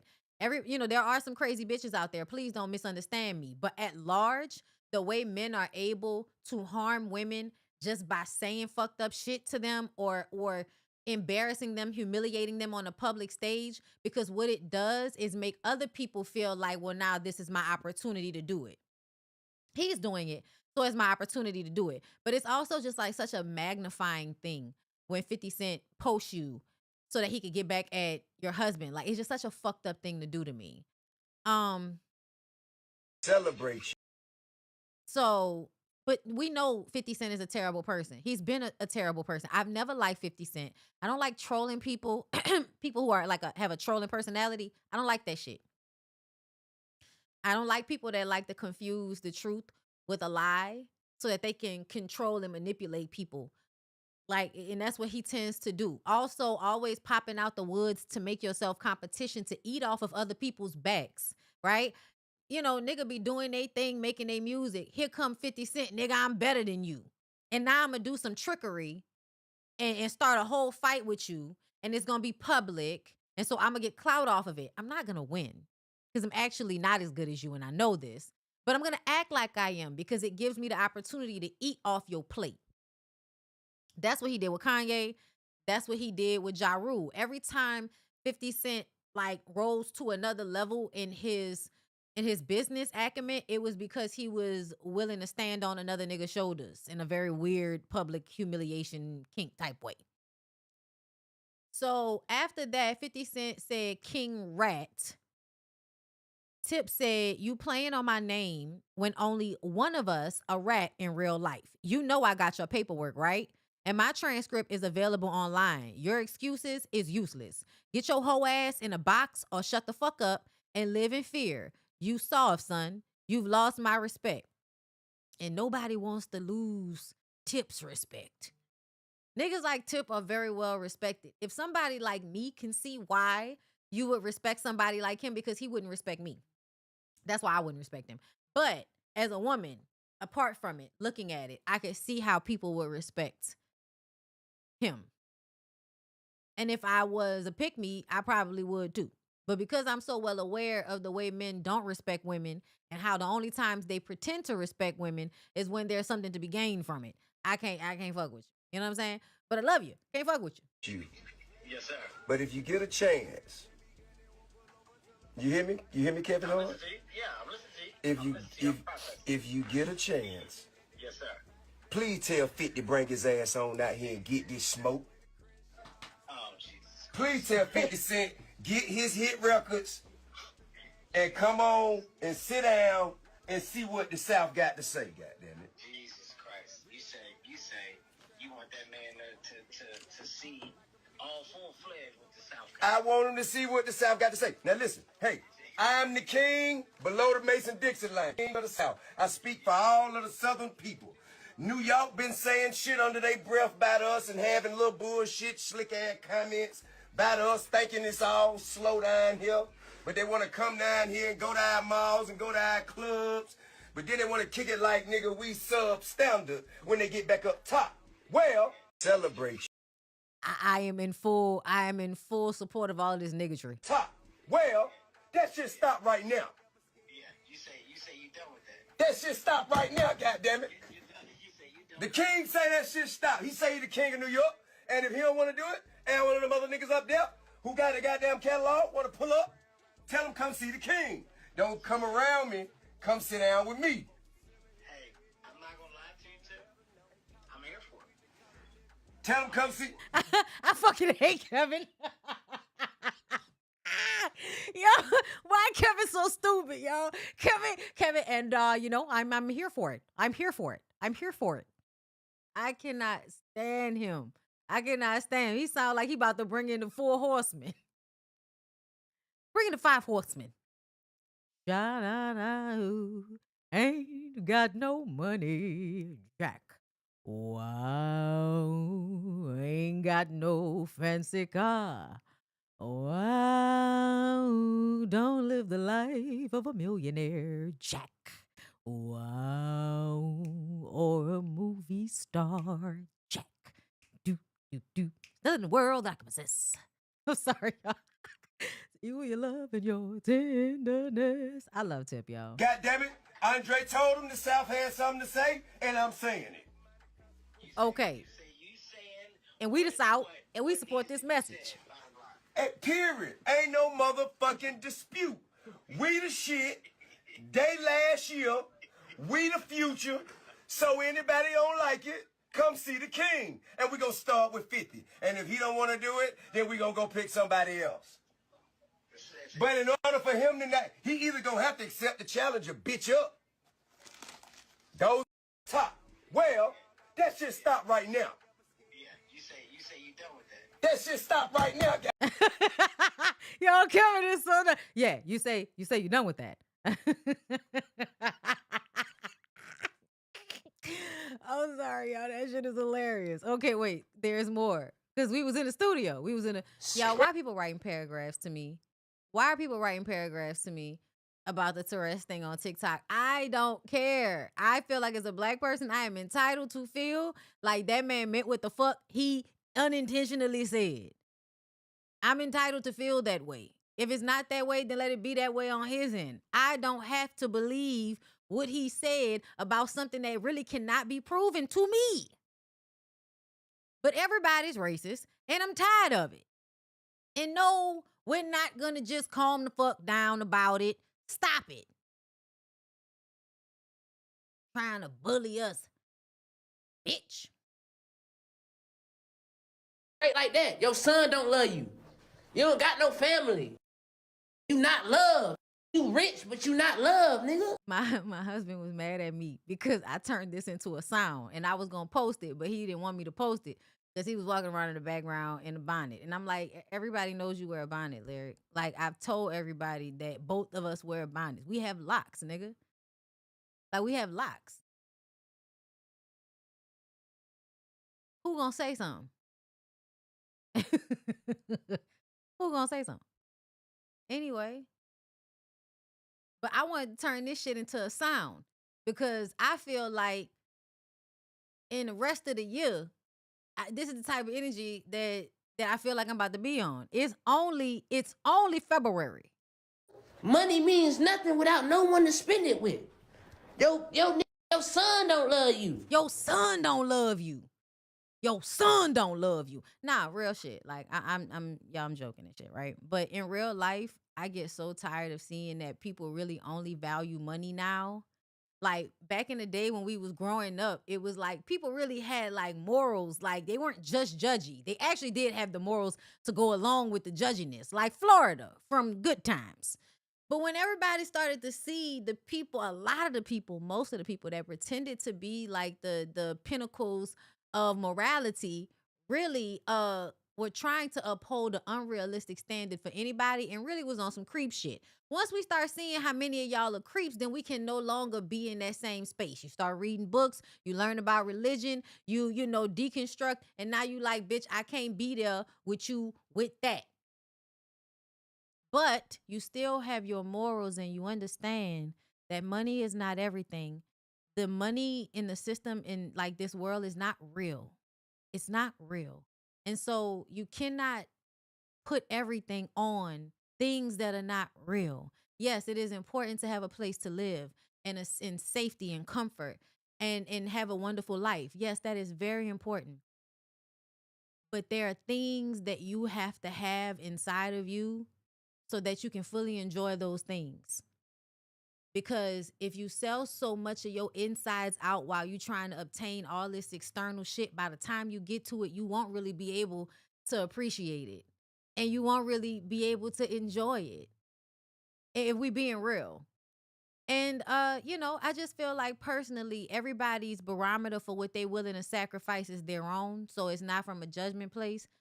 But you have got to relinquish the idea that having money and having power is more important than having a whole bunch of like light beings around you that love you and that you exchange light energy with.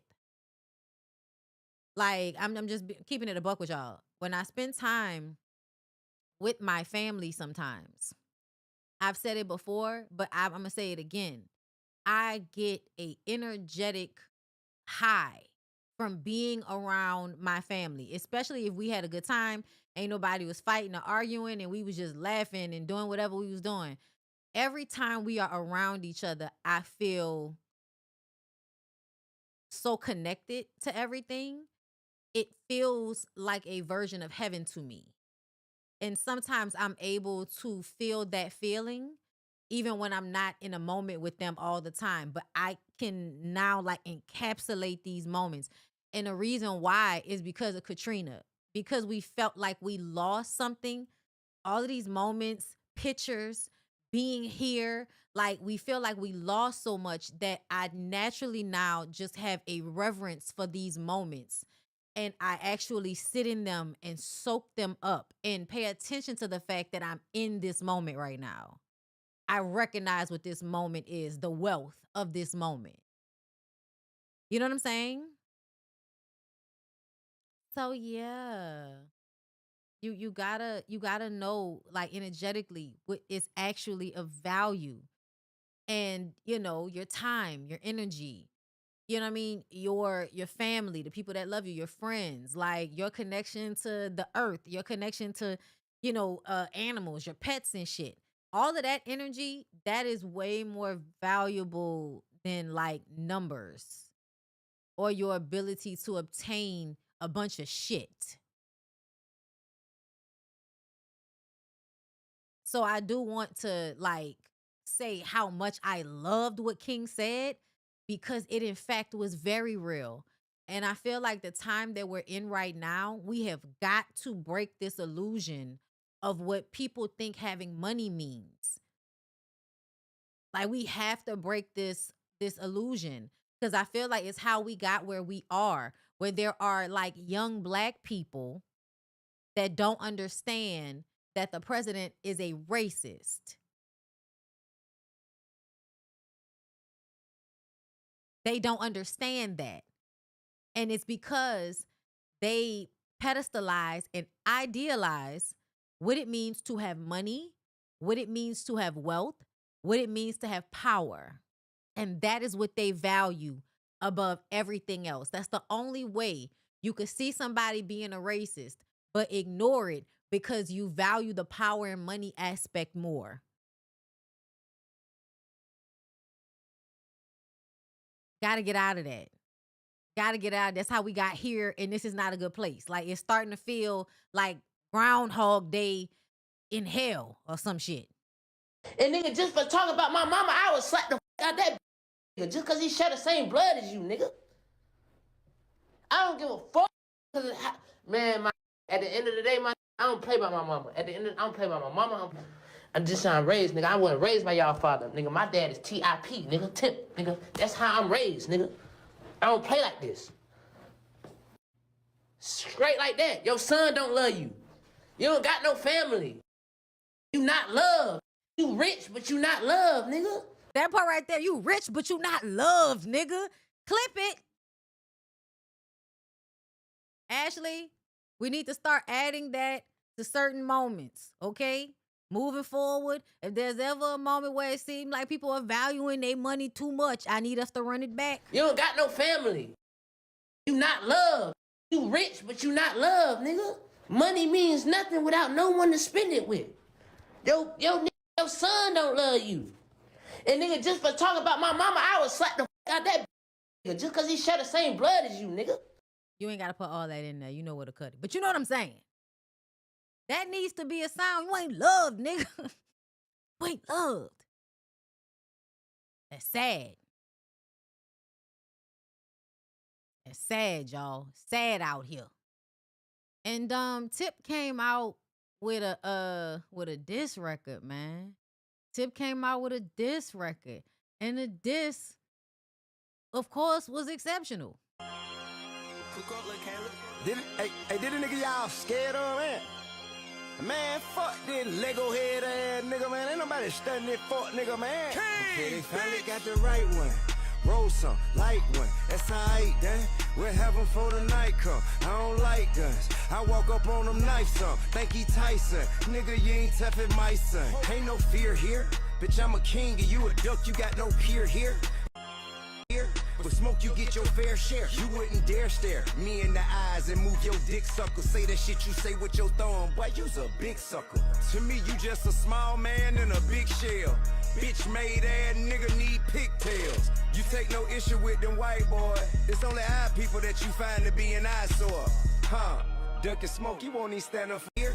With smoke, you won't even stand up for a legacy. I guess it cause he see a shit to fight for. Hey, listen, man, this shit ain't gonna go how you think it is. Down here we'll strip you out that shit, leave you with rabbit ears. And you ain't the only one with Grammy before you had a deal. You think you special, end up somewhere pushing daffodils. Nigga, you got less talent. You're less smoke, you won't. Oh, there are two, I'm about to say, because that's not the one I heard. I had heard another one. We're going to go in order. Okay. Let the games begin. King Harris continues to call out 50 Cent. All you do is apply pressure to females. Chris Jackson. Oh my God. Let's run it. Let's run it. Who on it? Who on it? Yo. 29-year-old who admitted to trampling and beating 3 women at a concert. He attacked women. Women.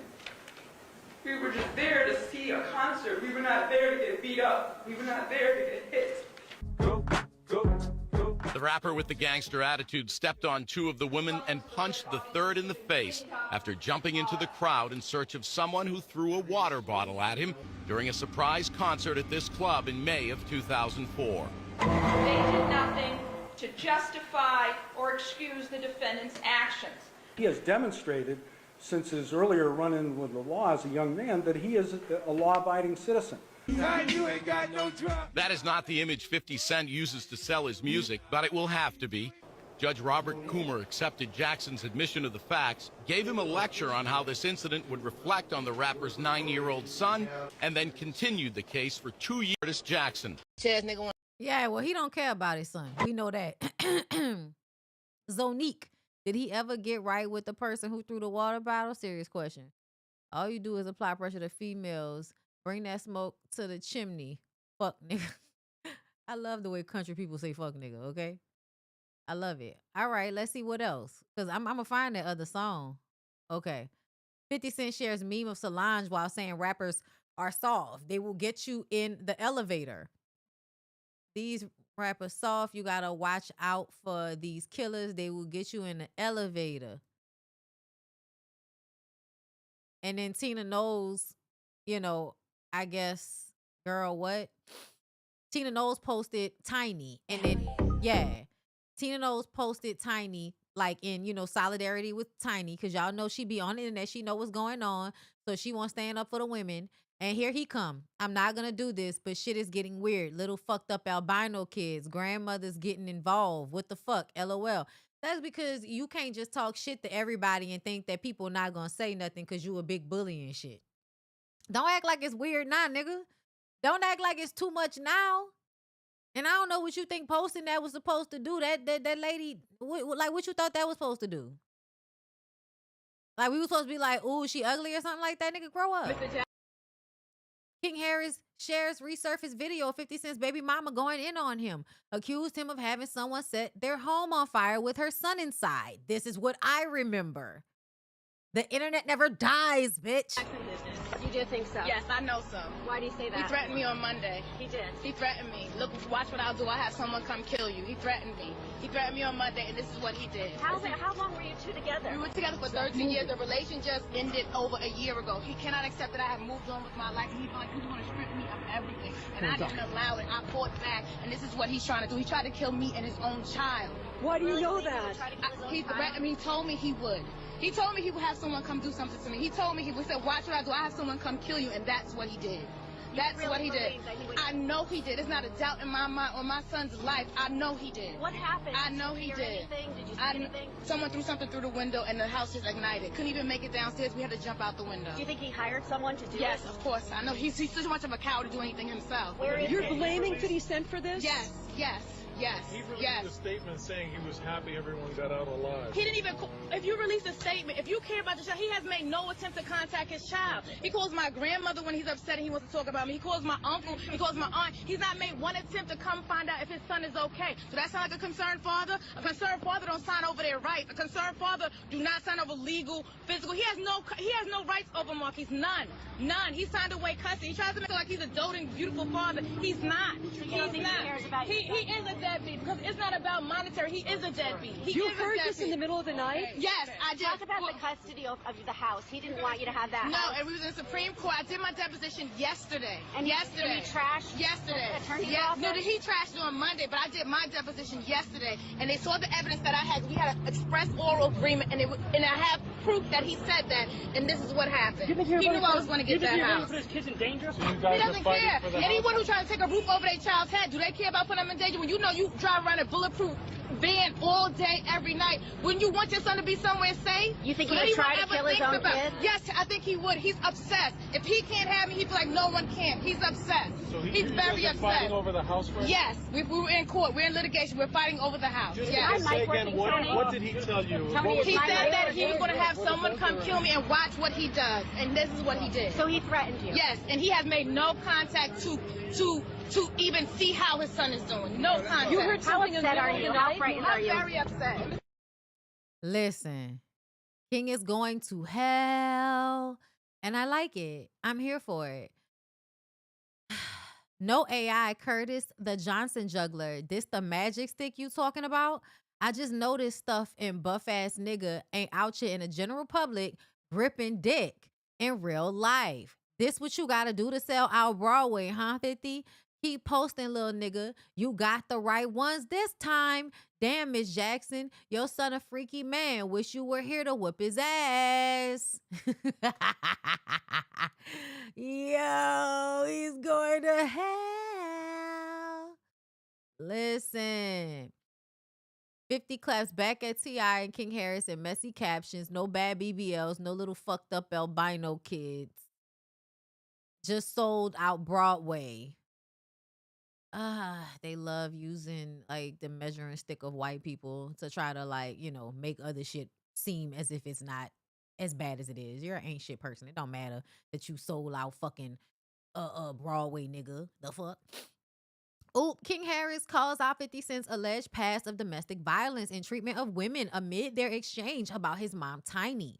He's a known Trump supporter. His younger son was staying in a house that Diddy was paying for. My God. Let's get into it. Curtis 50 Cent Jackson got shot 9 times and did nothing. This Lil' Kim, after she refused to go on a date with him, had to duck shots because of it and started making memes. Got smoked by Jadakiss and Styles P in a rap battle. Talked tough and then ducked the beef with Fat Joe because he knew he couldn't fuck with Joe on a street level.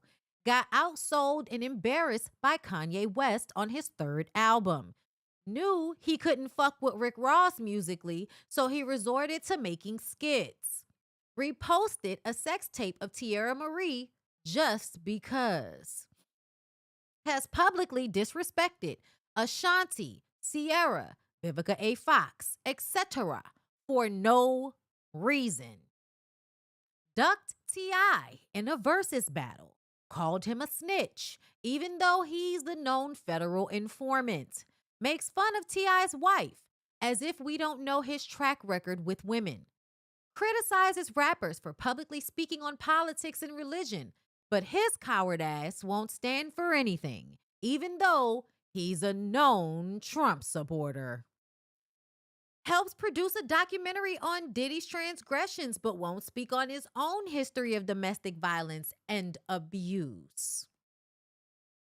Makes fun of other rappers' families, but his older son hates him and calls him a deadbeat. His younger son was living in a house that Diddy was paying for, but burned his older son's mother's house. Diddy had his younger son's mother prostituting herself in his freak-off parties. The list of people he's disrespected over the years is endless.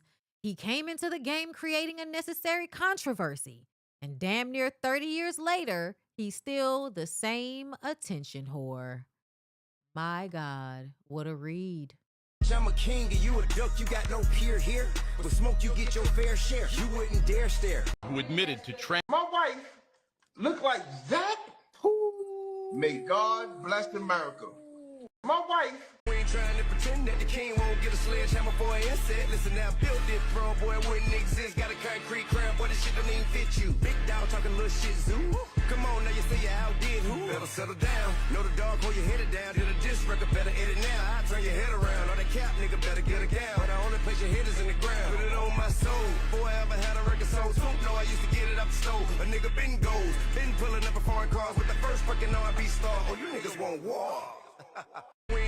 Yes. Chaz nigga want to say. Indeed. Indeed, indeed, indeed. Oh, I love it all. I love it all. Indubitably. I love it all. My God, today I love a good beef. The villains are fighting.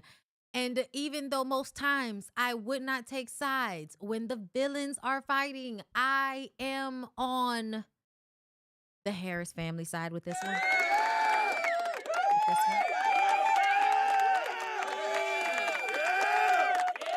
It's good shit. It's absolutely fantastic shit.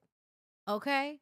Now, let's move on from there. This weekend, did you guys see Clarissa Shields fight Franchon? Did y'all see that shit? First of all, I don't know why women's boxing isn't like more publicized. It needs to be more publicized because, girl, when I tell you, hoes was throwing both. Like, I don't want to fuck anything up in here, but Clarissa throws the hardest, wildest, most intentional fucking hooks, okay?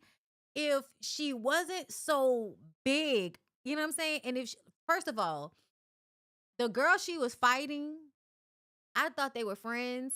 There was a whole thing about them headbutting each other. Clarissa was like, she headbutted me. She did not headbutt you, bitch. Clarissa, you're a weirdo. That girl did not headbutt you. Where's it at? Here it go. Oh, wait, no. Hold on. Yeah, here we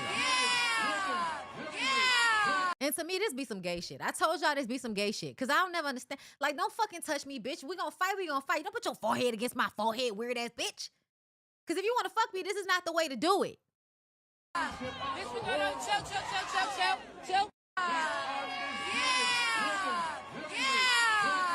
Bitch, we gonna chill. First of all, it's sad that Rashawn, like, I think Rashawn might have been like a mentor to her at some point because she's older. It's hard to yell when the barrel's in your mouth. Papoose has to pretend like he's doing something, y'all. Look, he gotta pretend. He ain't doing shit. All them niggas on stage, they performing. He ain't doing nothing. Let's see what's going on here. Rashawn's wig is just terrible, and her Rashawn's husband is little, so that's another thing. Like I felt like he got all swept up. Like he's in there somewhere. He's a mighty little thing. Oh, who's tumbling? Oh shit, niggas just falling on the ground and stuff. Oh my God, they stumping somebody out. Oh shit, stop moving the camera, bitch. Oh shit, not damn. Motherfuckers just falling. The world is a weird place. Wow. Yeah, the headbutt was not in the room with us at all. Hold up, let's see. Tag her to get over here. She blocked me. We know you sold your soul. We know you sold your soul for some clout and a married man. You lucky I can't get Remy. I will fly her out first class. If somebody can get me Remy Ma, I will fly her out first class. And that's below petty. That ain't even the pettiest. It's not even about petty. It's just to show, oh, you first place, you second place in your relationship. Oh. You could be double medal, all of this. You second place in your relationship, babe. Yikes. You a clown. I'm disappointed in you. Ooh. Clarissa, somebody tag her to get over. That's wild. Who the fuck headbutt someone at weigh-in? Damn right she got pushed. She trying to throw the fight. Girl, please. That was not no goddamn headbutt. She lying, y'all. Oh, she lying. And this wig is terrible. My God, on today. My Faith Evans wig on today, and you hoes want to test me I look like Faith Evans? You got to be out your goddamn mind. First you walk up with the hat, and the brim get me in the face. Then, what? Cover your thing, your label. She said cover. Oh, I ain't gotta cover that. I'm just covering my thing. And then after you do that, you on my face pressing your forehead against mine.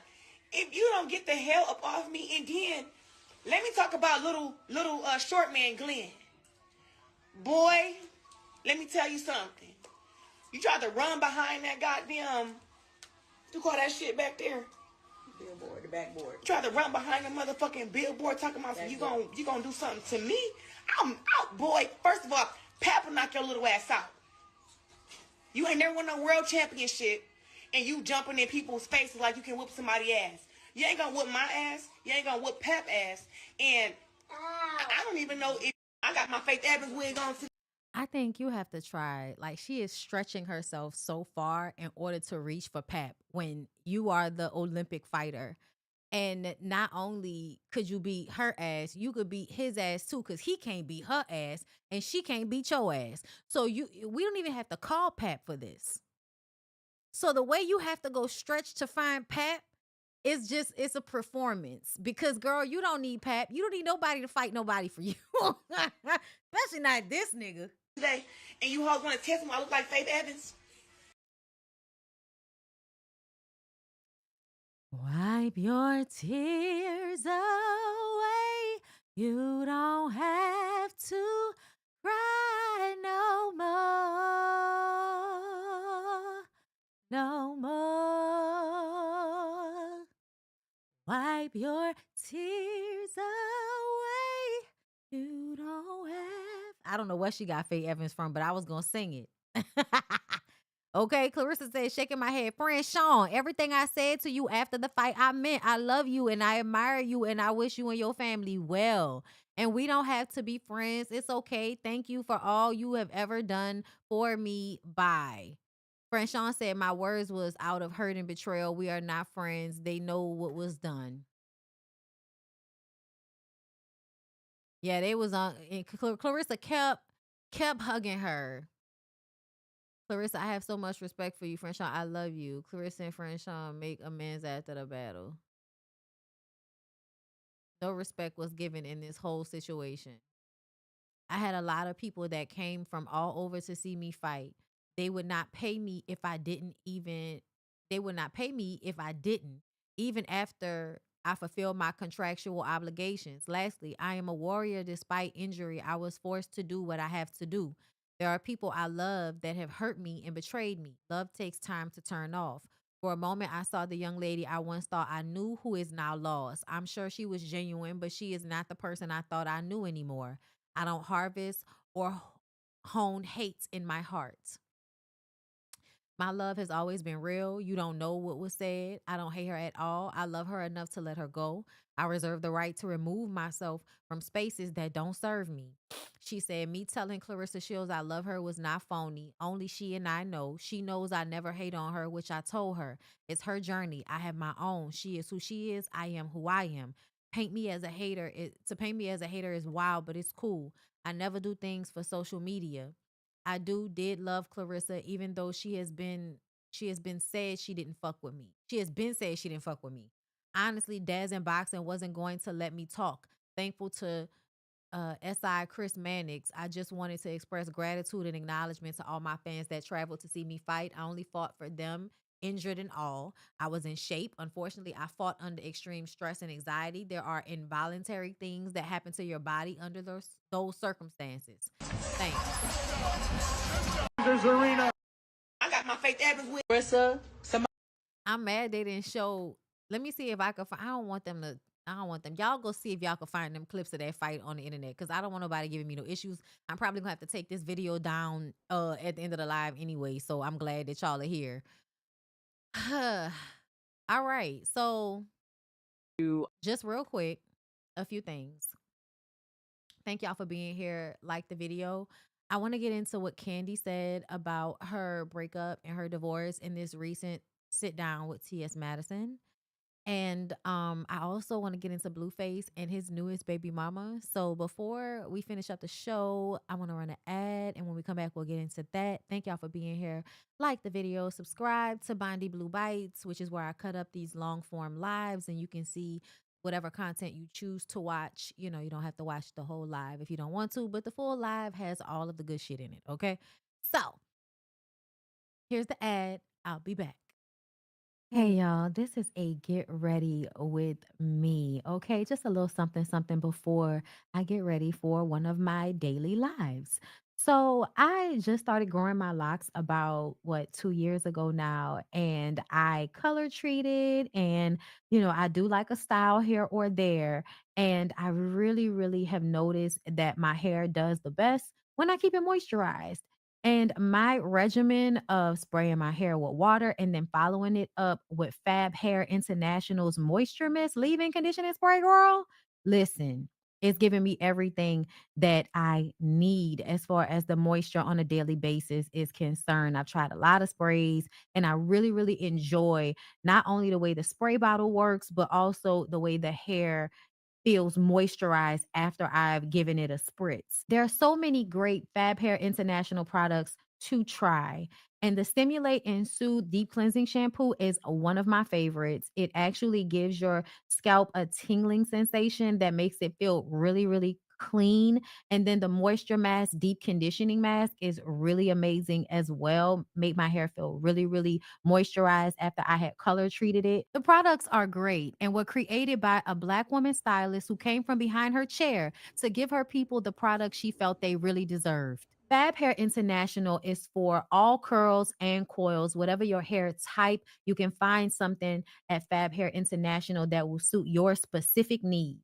Right now, you can use my code BONDY15 to get 15% off of your purchase. Go to fabhairinternational.com, take their hair quiz, and find out which products will be perfect for your hair. Be a bougie traveler and shop fabhairinternational.com. All right, and we're back. Don't forget, February 28th is the last day to sign up for the Thailand trip. April 10th through the 17th. Let's get into it. To let me see how I'm gonna put this. It's been a lot of people online doing all these different like their take of what's gonna happen. I guess because in one of the things that went public basically was saying like if he and I didn't agree that he felt like he could overturn a prenup or whatever. This is what I would say. Anytime there's a prenup, everybody says they think they can overturn it. So, but those are, I mean, that's normal, you know what I mean? But truth be told, in our discussions, there is no conversation of that. You know what I mean? Our situation is fair for us. You know what I mean? What was already agreed to. So there is no reason for it to go there. You feel what I'm saying? Got it. It's not happening. So for all of y'all that's been trying to be like, oh, he's going to do this, he's going to do that. That's not even really the communication that we're having. We are dividing things fairly between us, what we made together. And that's how it should be. And that was gonna be my next statement. Because I feel like that what you have is yours. What y'all did is y'all's. And whatever happens after that, I'm a Libra. I feel that I'm about fairness, but I have a Taurus rising, so I also know how you think. Yeah. So in the place of my thoughts in it, I'm like, okay, because I also heard all the. Yeah. Because we know people online, and then I'll be sitting there like, I don't be wanting to be messy, so I don't even respond to some of the stuff. But some people don't even practice in Georgia and sitting there telling us what is going to be for this. Some people ain't even actually practicing in real life, saying that they supposed to be real attorneys. But when you look up their thing, their stuff under Georgia law, they not actually currently practicing. I wonder who she talking about. Law. So y'all need to watch who y'all be listening to. Okay, so what she's saying now is that Todd is not asking for primary custody, but that's what's being posted on the blogs. To let me see how I'm gonna put this. It's been a lot of people online doing all these different think pieces. Beers, however, stated in an interview that there is currently no internal discussion about overturning the prenup. She said the two are focused on dividing what they built together. Okay. Let's see. According to court records previously reported to multiple outlets, Tucker filed documents alleging that he signed the couple's 2014 prenuptial agreement under duress. In his response to Bure's divorce petition, he claimed the agreement was presented shortly before their wedding ceremony and that he did not have his own. So you're saying that he did do this, but that's normal. It sounds like you're minimizing what's happening. That's what it sounds like to me. I don't feel like we've come up with anything, Candy. If this is what he did, then this is what it sounds like. And he did not have to overturn. He didn't have to be like everybody else and try to overturn it. I don't care. That's some snake ass shit that you would put that paperwork out there. It sounds like y'all didn't have the conversation amongst yourselves, but his lawyer still filed paperwork that said something different than a conversation that y'all were having, which to me should signify that the nigga a snake. Like they're. I'm just saying. Let me see. Was there more? Was there more from this? Was there more? Was there more? Was there more? I don't know. I don't think so. At least not from over here. Not on this page, girl. Not on this page, girl. But yeah, y'all. You think she's talking about the lead attorney? Oh, okay. Hold up. Let me see. Because I feel like I follow whoever that is. Oh wait, no, I don't follow him. That's that one guy. Yeah, no, I don't follow him. Talking about Ebony. Who Ebony? What's Ebony's page? Who's that? Oh, girl. That's messy. But I still feel like, you know, Candy to me is seemingly downplaying the situation. That's what it seemed like to me. Y'all tell me. Anyway, so initial file paperwork show he was looking for it, but that's standard because this is contested divorce. I think she's trying to keep peace. I do too. I do too. Let me read some of these super chats before I continue on.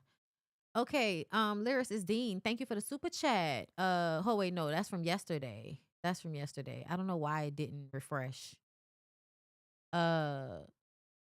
Brittany Young, thank you for the super chat. Off topic, I sent you a TikTok of a Haitian woman on a podcast saying Black Dirty American, and I wanted to get your thoughts on it. Oh, I saw that. I think that people say things because they are raised to think bad things about Black American people. And I think that people want to go viral by saying rage baity ass shit. And I just kind of feel like, girl, if we dirty, you dirty. Like, what the fuck? Like, I don't, like, people be getting all upset. And I feel like it's because they want that to feed into us having these, like, diaspora wars. And I'm not falling for that. I'm not doing that. At the end of the day, one individual Haitian woman can say something fucked up about Black American people. And I can feel like, well, bitch, you dirty too. I'm not going to say all of the Haitian people are dirty. I'm going to say you're dirty, though. You know what I'm saying? Case by case basis, bitches. But yeah, I saw that shit and I ignored it because I was just like, oh, look, another bitch trying to get clout off of being prejudiced or problematic towards Black American people. Surprise, surprise. And I feel like sometimes when we talk about these things, we give them more power and more acknowledgement than they deserve. Like, girl, stay down there. That's the best you could do. Tall L fam, thank you for the super chat. Happy hump day, beautiful. For our recent hubby has stage 4 lung cancer. Prayers and good thoughts appreciated. Thanks for helping me making it through the work day. Absolutely, prayers and good thoughts towards you. I'm so sorry to hear that. Prayers for y'all. Ooh, that's tough. And thank you 901 PZ for the super chat. All right, so 1,600 people in the room and only 700 of y'all liked it. That's sad. Let's go ahead and get into Jaden Alexis, unbothered by Blueface, and Nivea Akira's pregnancy. Nivea would choose blue every lifetime. I feel like this is not for my crowd. This can't be for my crowd because my crowd is like, girl, you trying to create a Notebook type love story out of this 2020 Black exploitation film between a pimp and all of his, what they calling y'all, YSLs, young, slow, light skins. That is so accurate. Shout out to the girl that made that. I think the main question is, how do I feel about Blue having a baby, right? I don't have way, one, because I'm not the one who has to take care of the baby. Amen? Thank you.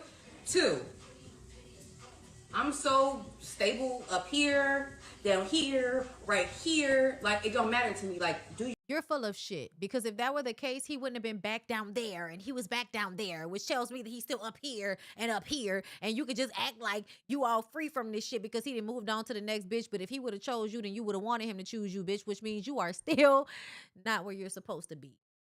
You're still on the roster. You're still on the list. That's sad.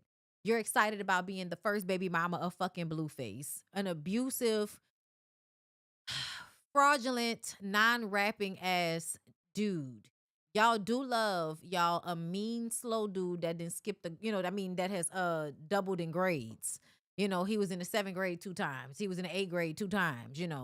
They be mean, they be slow as fuck, talking to you with barely full English, can barely communicate a thought and an emotion unless they saying something mean to your rabbit ass and you over there, I'm in love.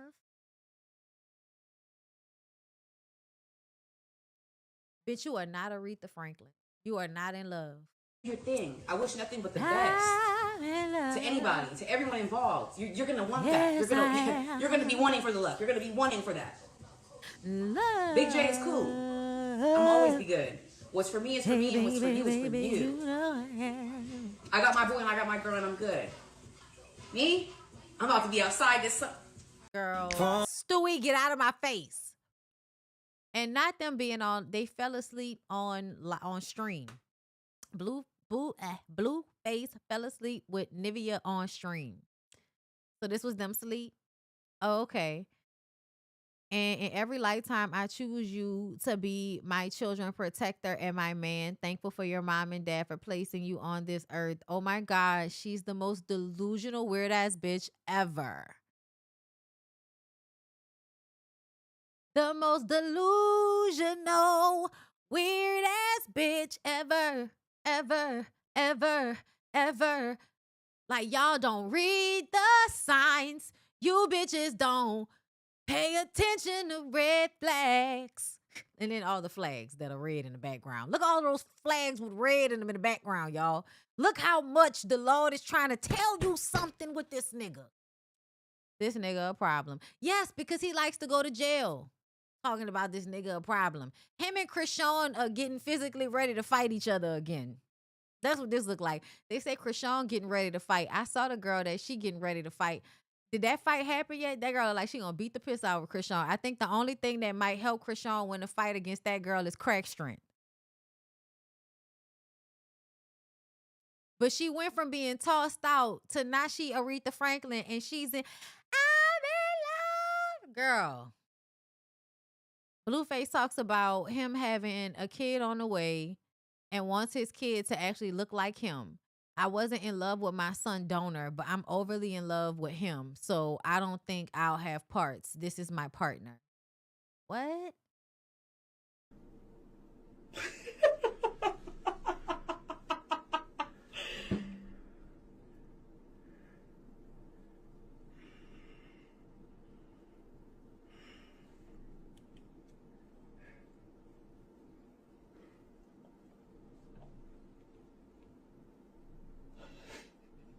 Son of a bitch.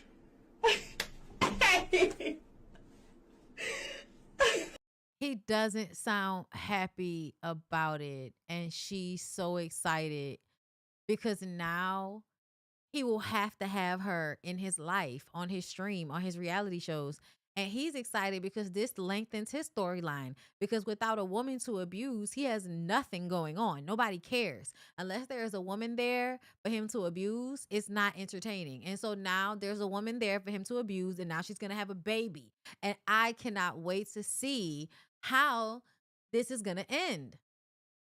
I wonder if it's going to end in a similar way as the last relationships, with you screaming and crying into a cell phone.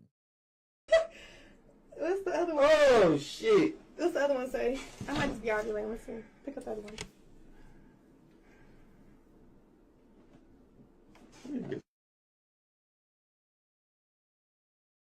What? What happened?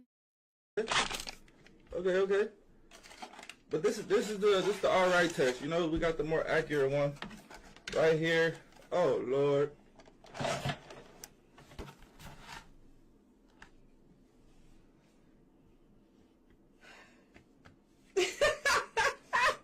Oh, Lord, chat.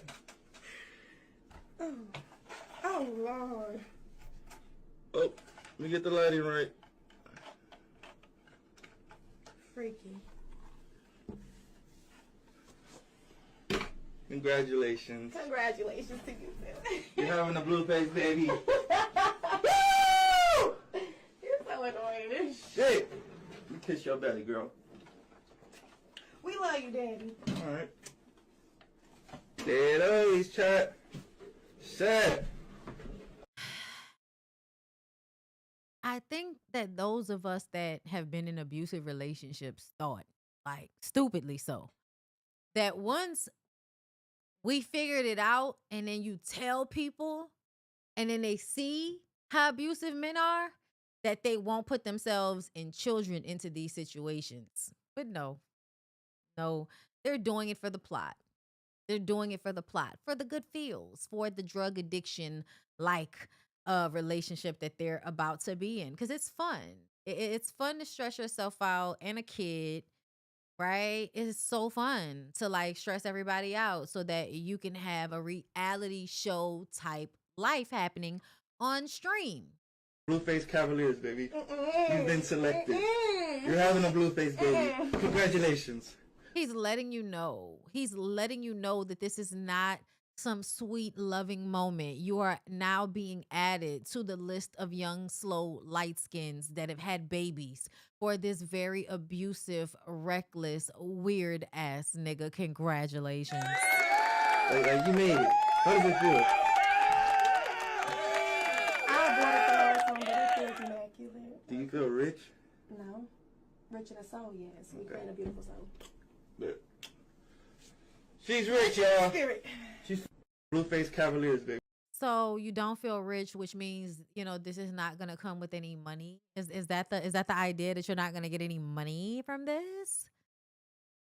You love him and you think he has a good, do you have a good spirit or does he have a good spirit? I'm so confused. Girl, the way that nigga is about to feed off of you and that baby. Yikes. Yikes, you guys. It doesn't feel good. It's like pending doom. That's what it's giving. It's giving pending doom. It's giving things are gonna go downhill from here. It's sad because, you know, it doesn't matter how many times you tell the girls, wait, stop, don't do it. Don't do it. Stop. They don't listen. And they tell you to mind your fucking business, you hating ass bitch. And then they're on the internet crying. Or like Cardi B and trying really hard not to come to the internet crying because we were going to give you what I told you so. And so you trying real hard not to come to us with the bullshit. I see you, bitch. Congratulations. Thank you for keeping that to yourself. Thank you. Thank you. Thank you for not being in my news cycle for that. But I have been seeing videos of Cardi B falling all over the floor during her performances. But it doesn't really matter because her personality is so great that y'all are laughing and enjoying the show. So if she falls off a chair or just because a government official blew too hard at his cell phone and she fell down, I don't know. I don't know what's going on. But, you know, she's selling out shows. People are on live on TikTok every time she's in concert, girl. So I be seeing it. Anyway, that's all I got for you guys today. I hope you enjoy the show. Like, comment, subscribe. February 28th, last day to sign up for Thailand.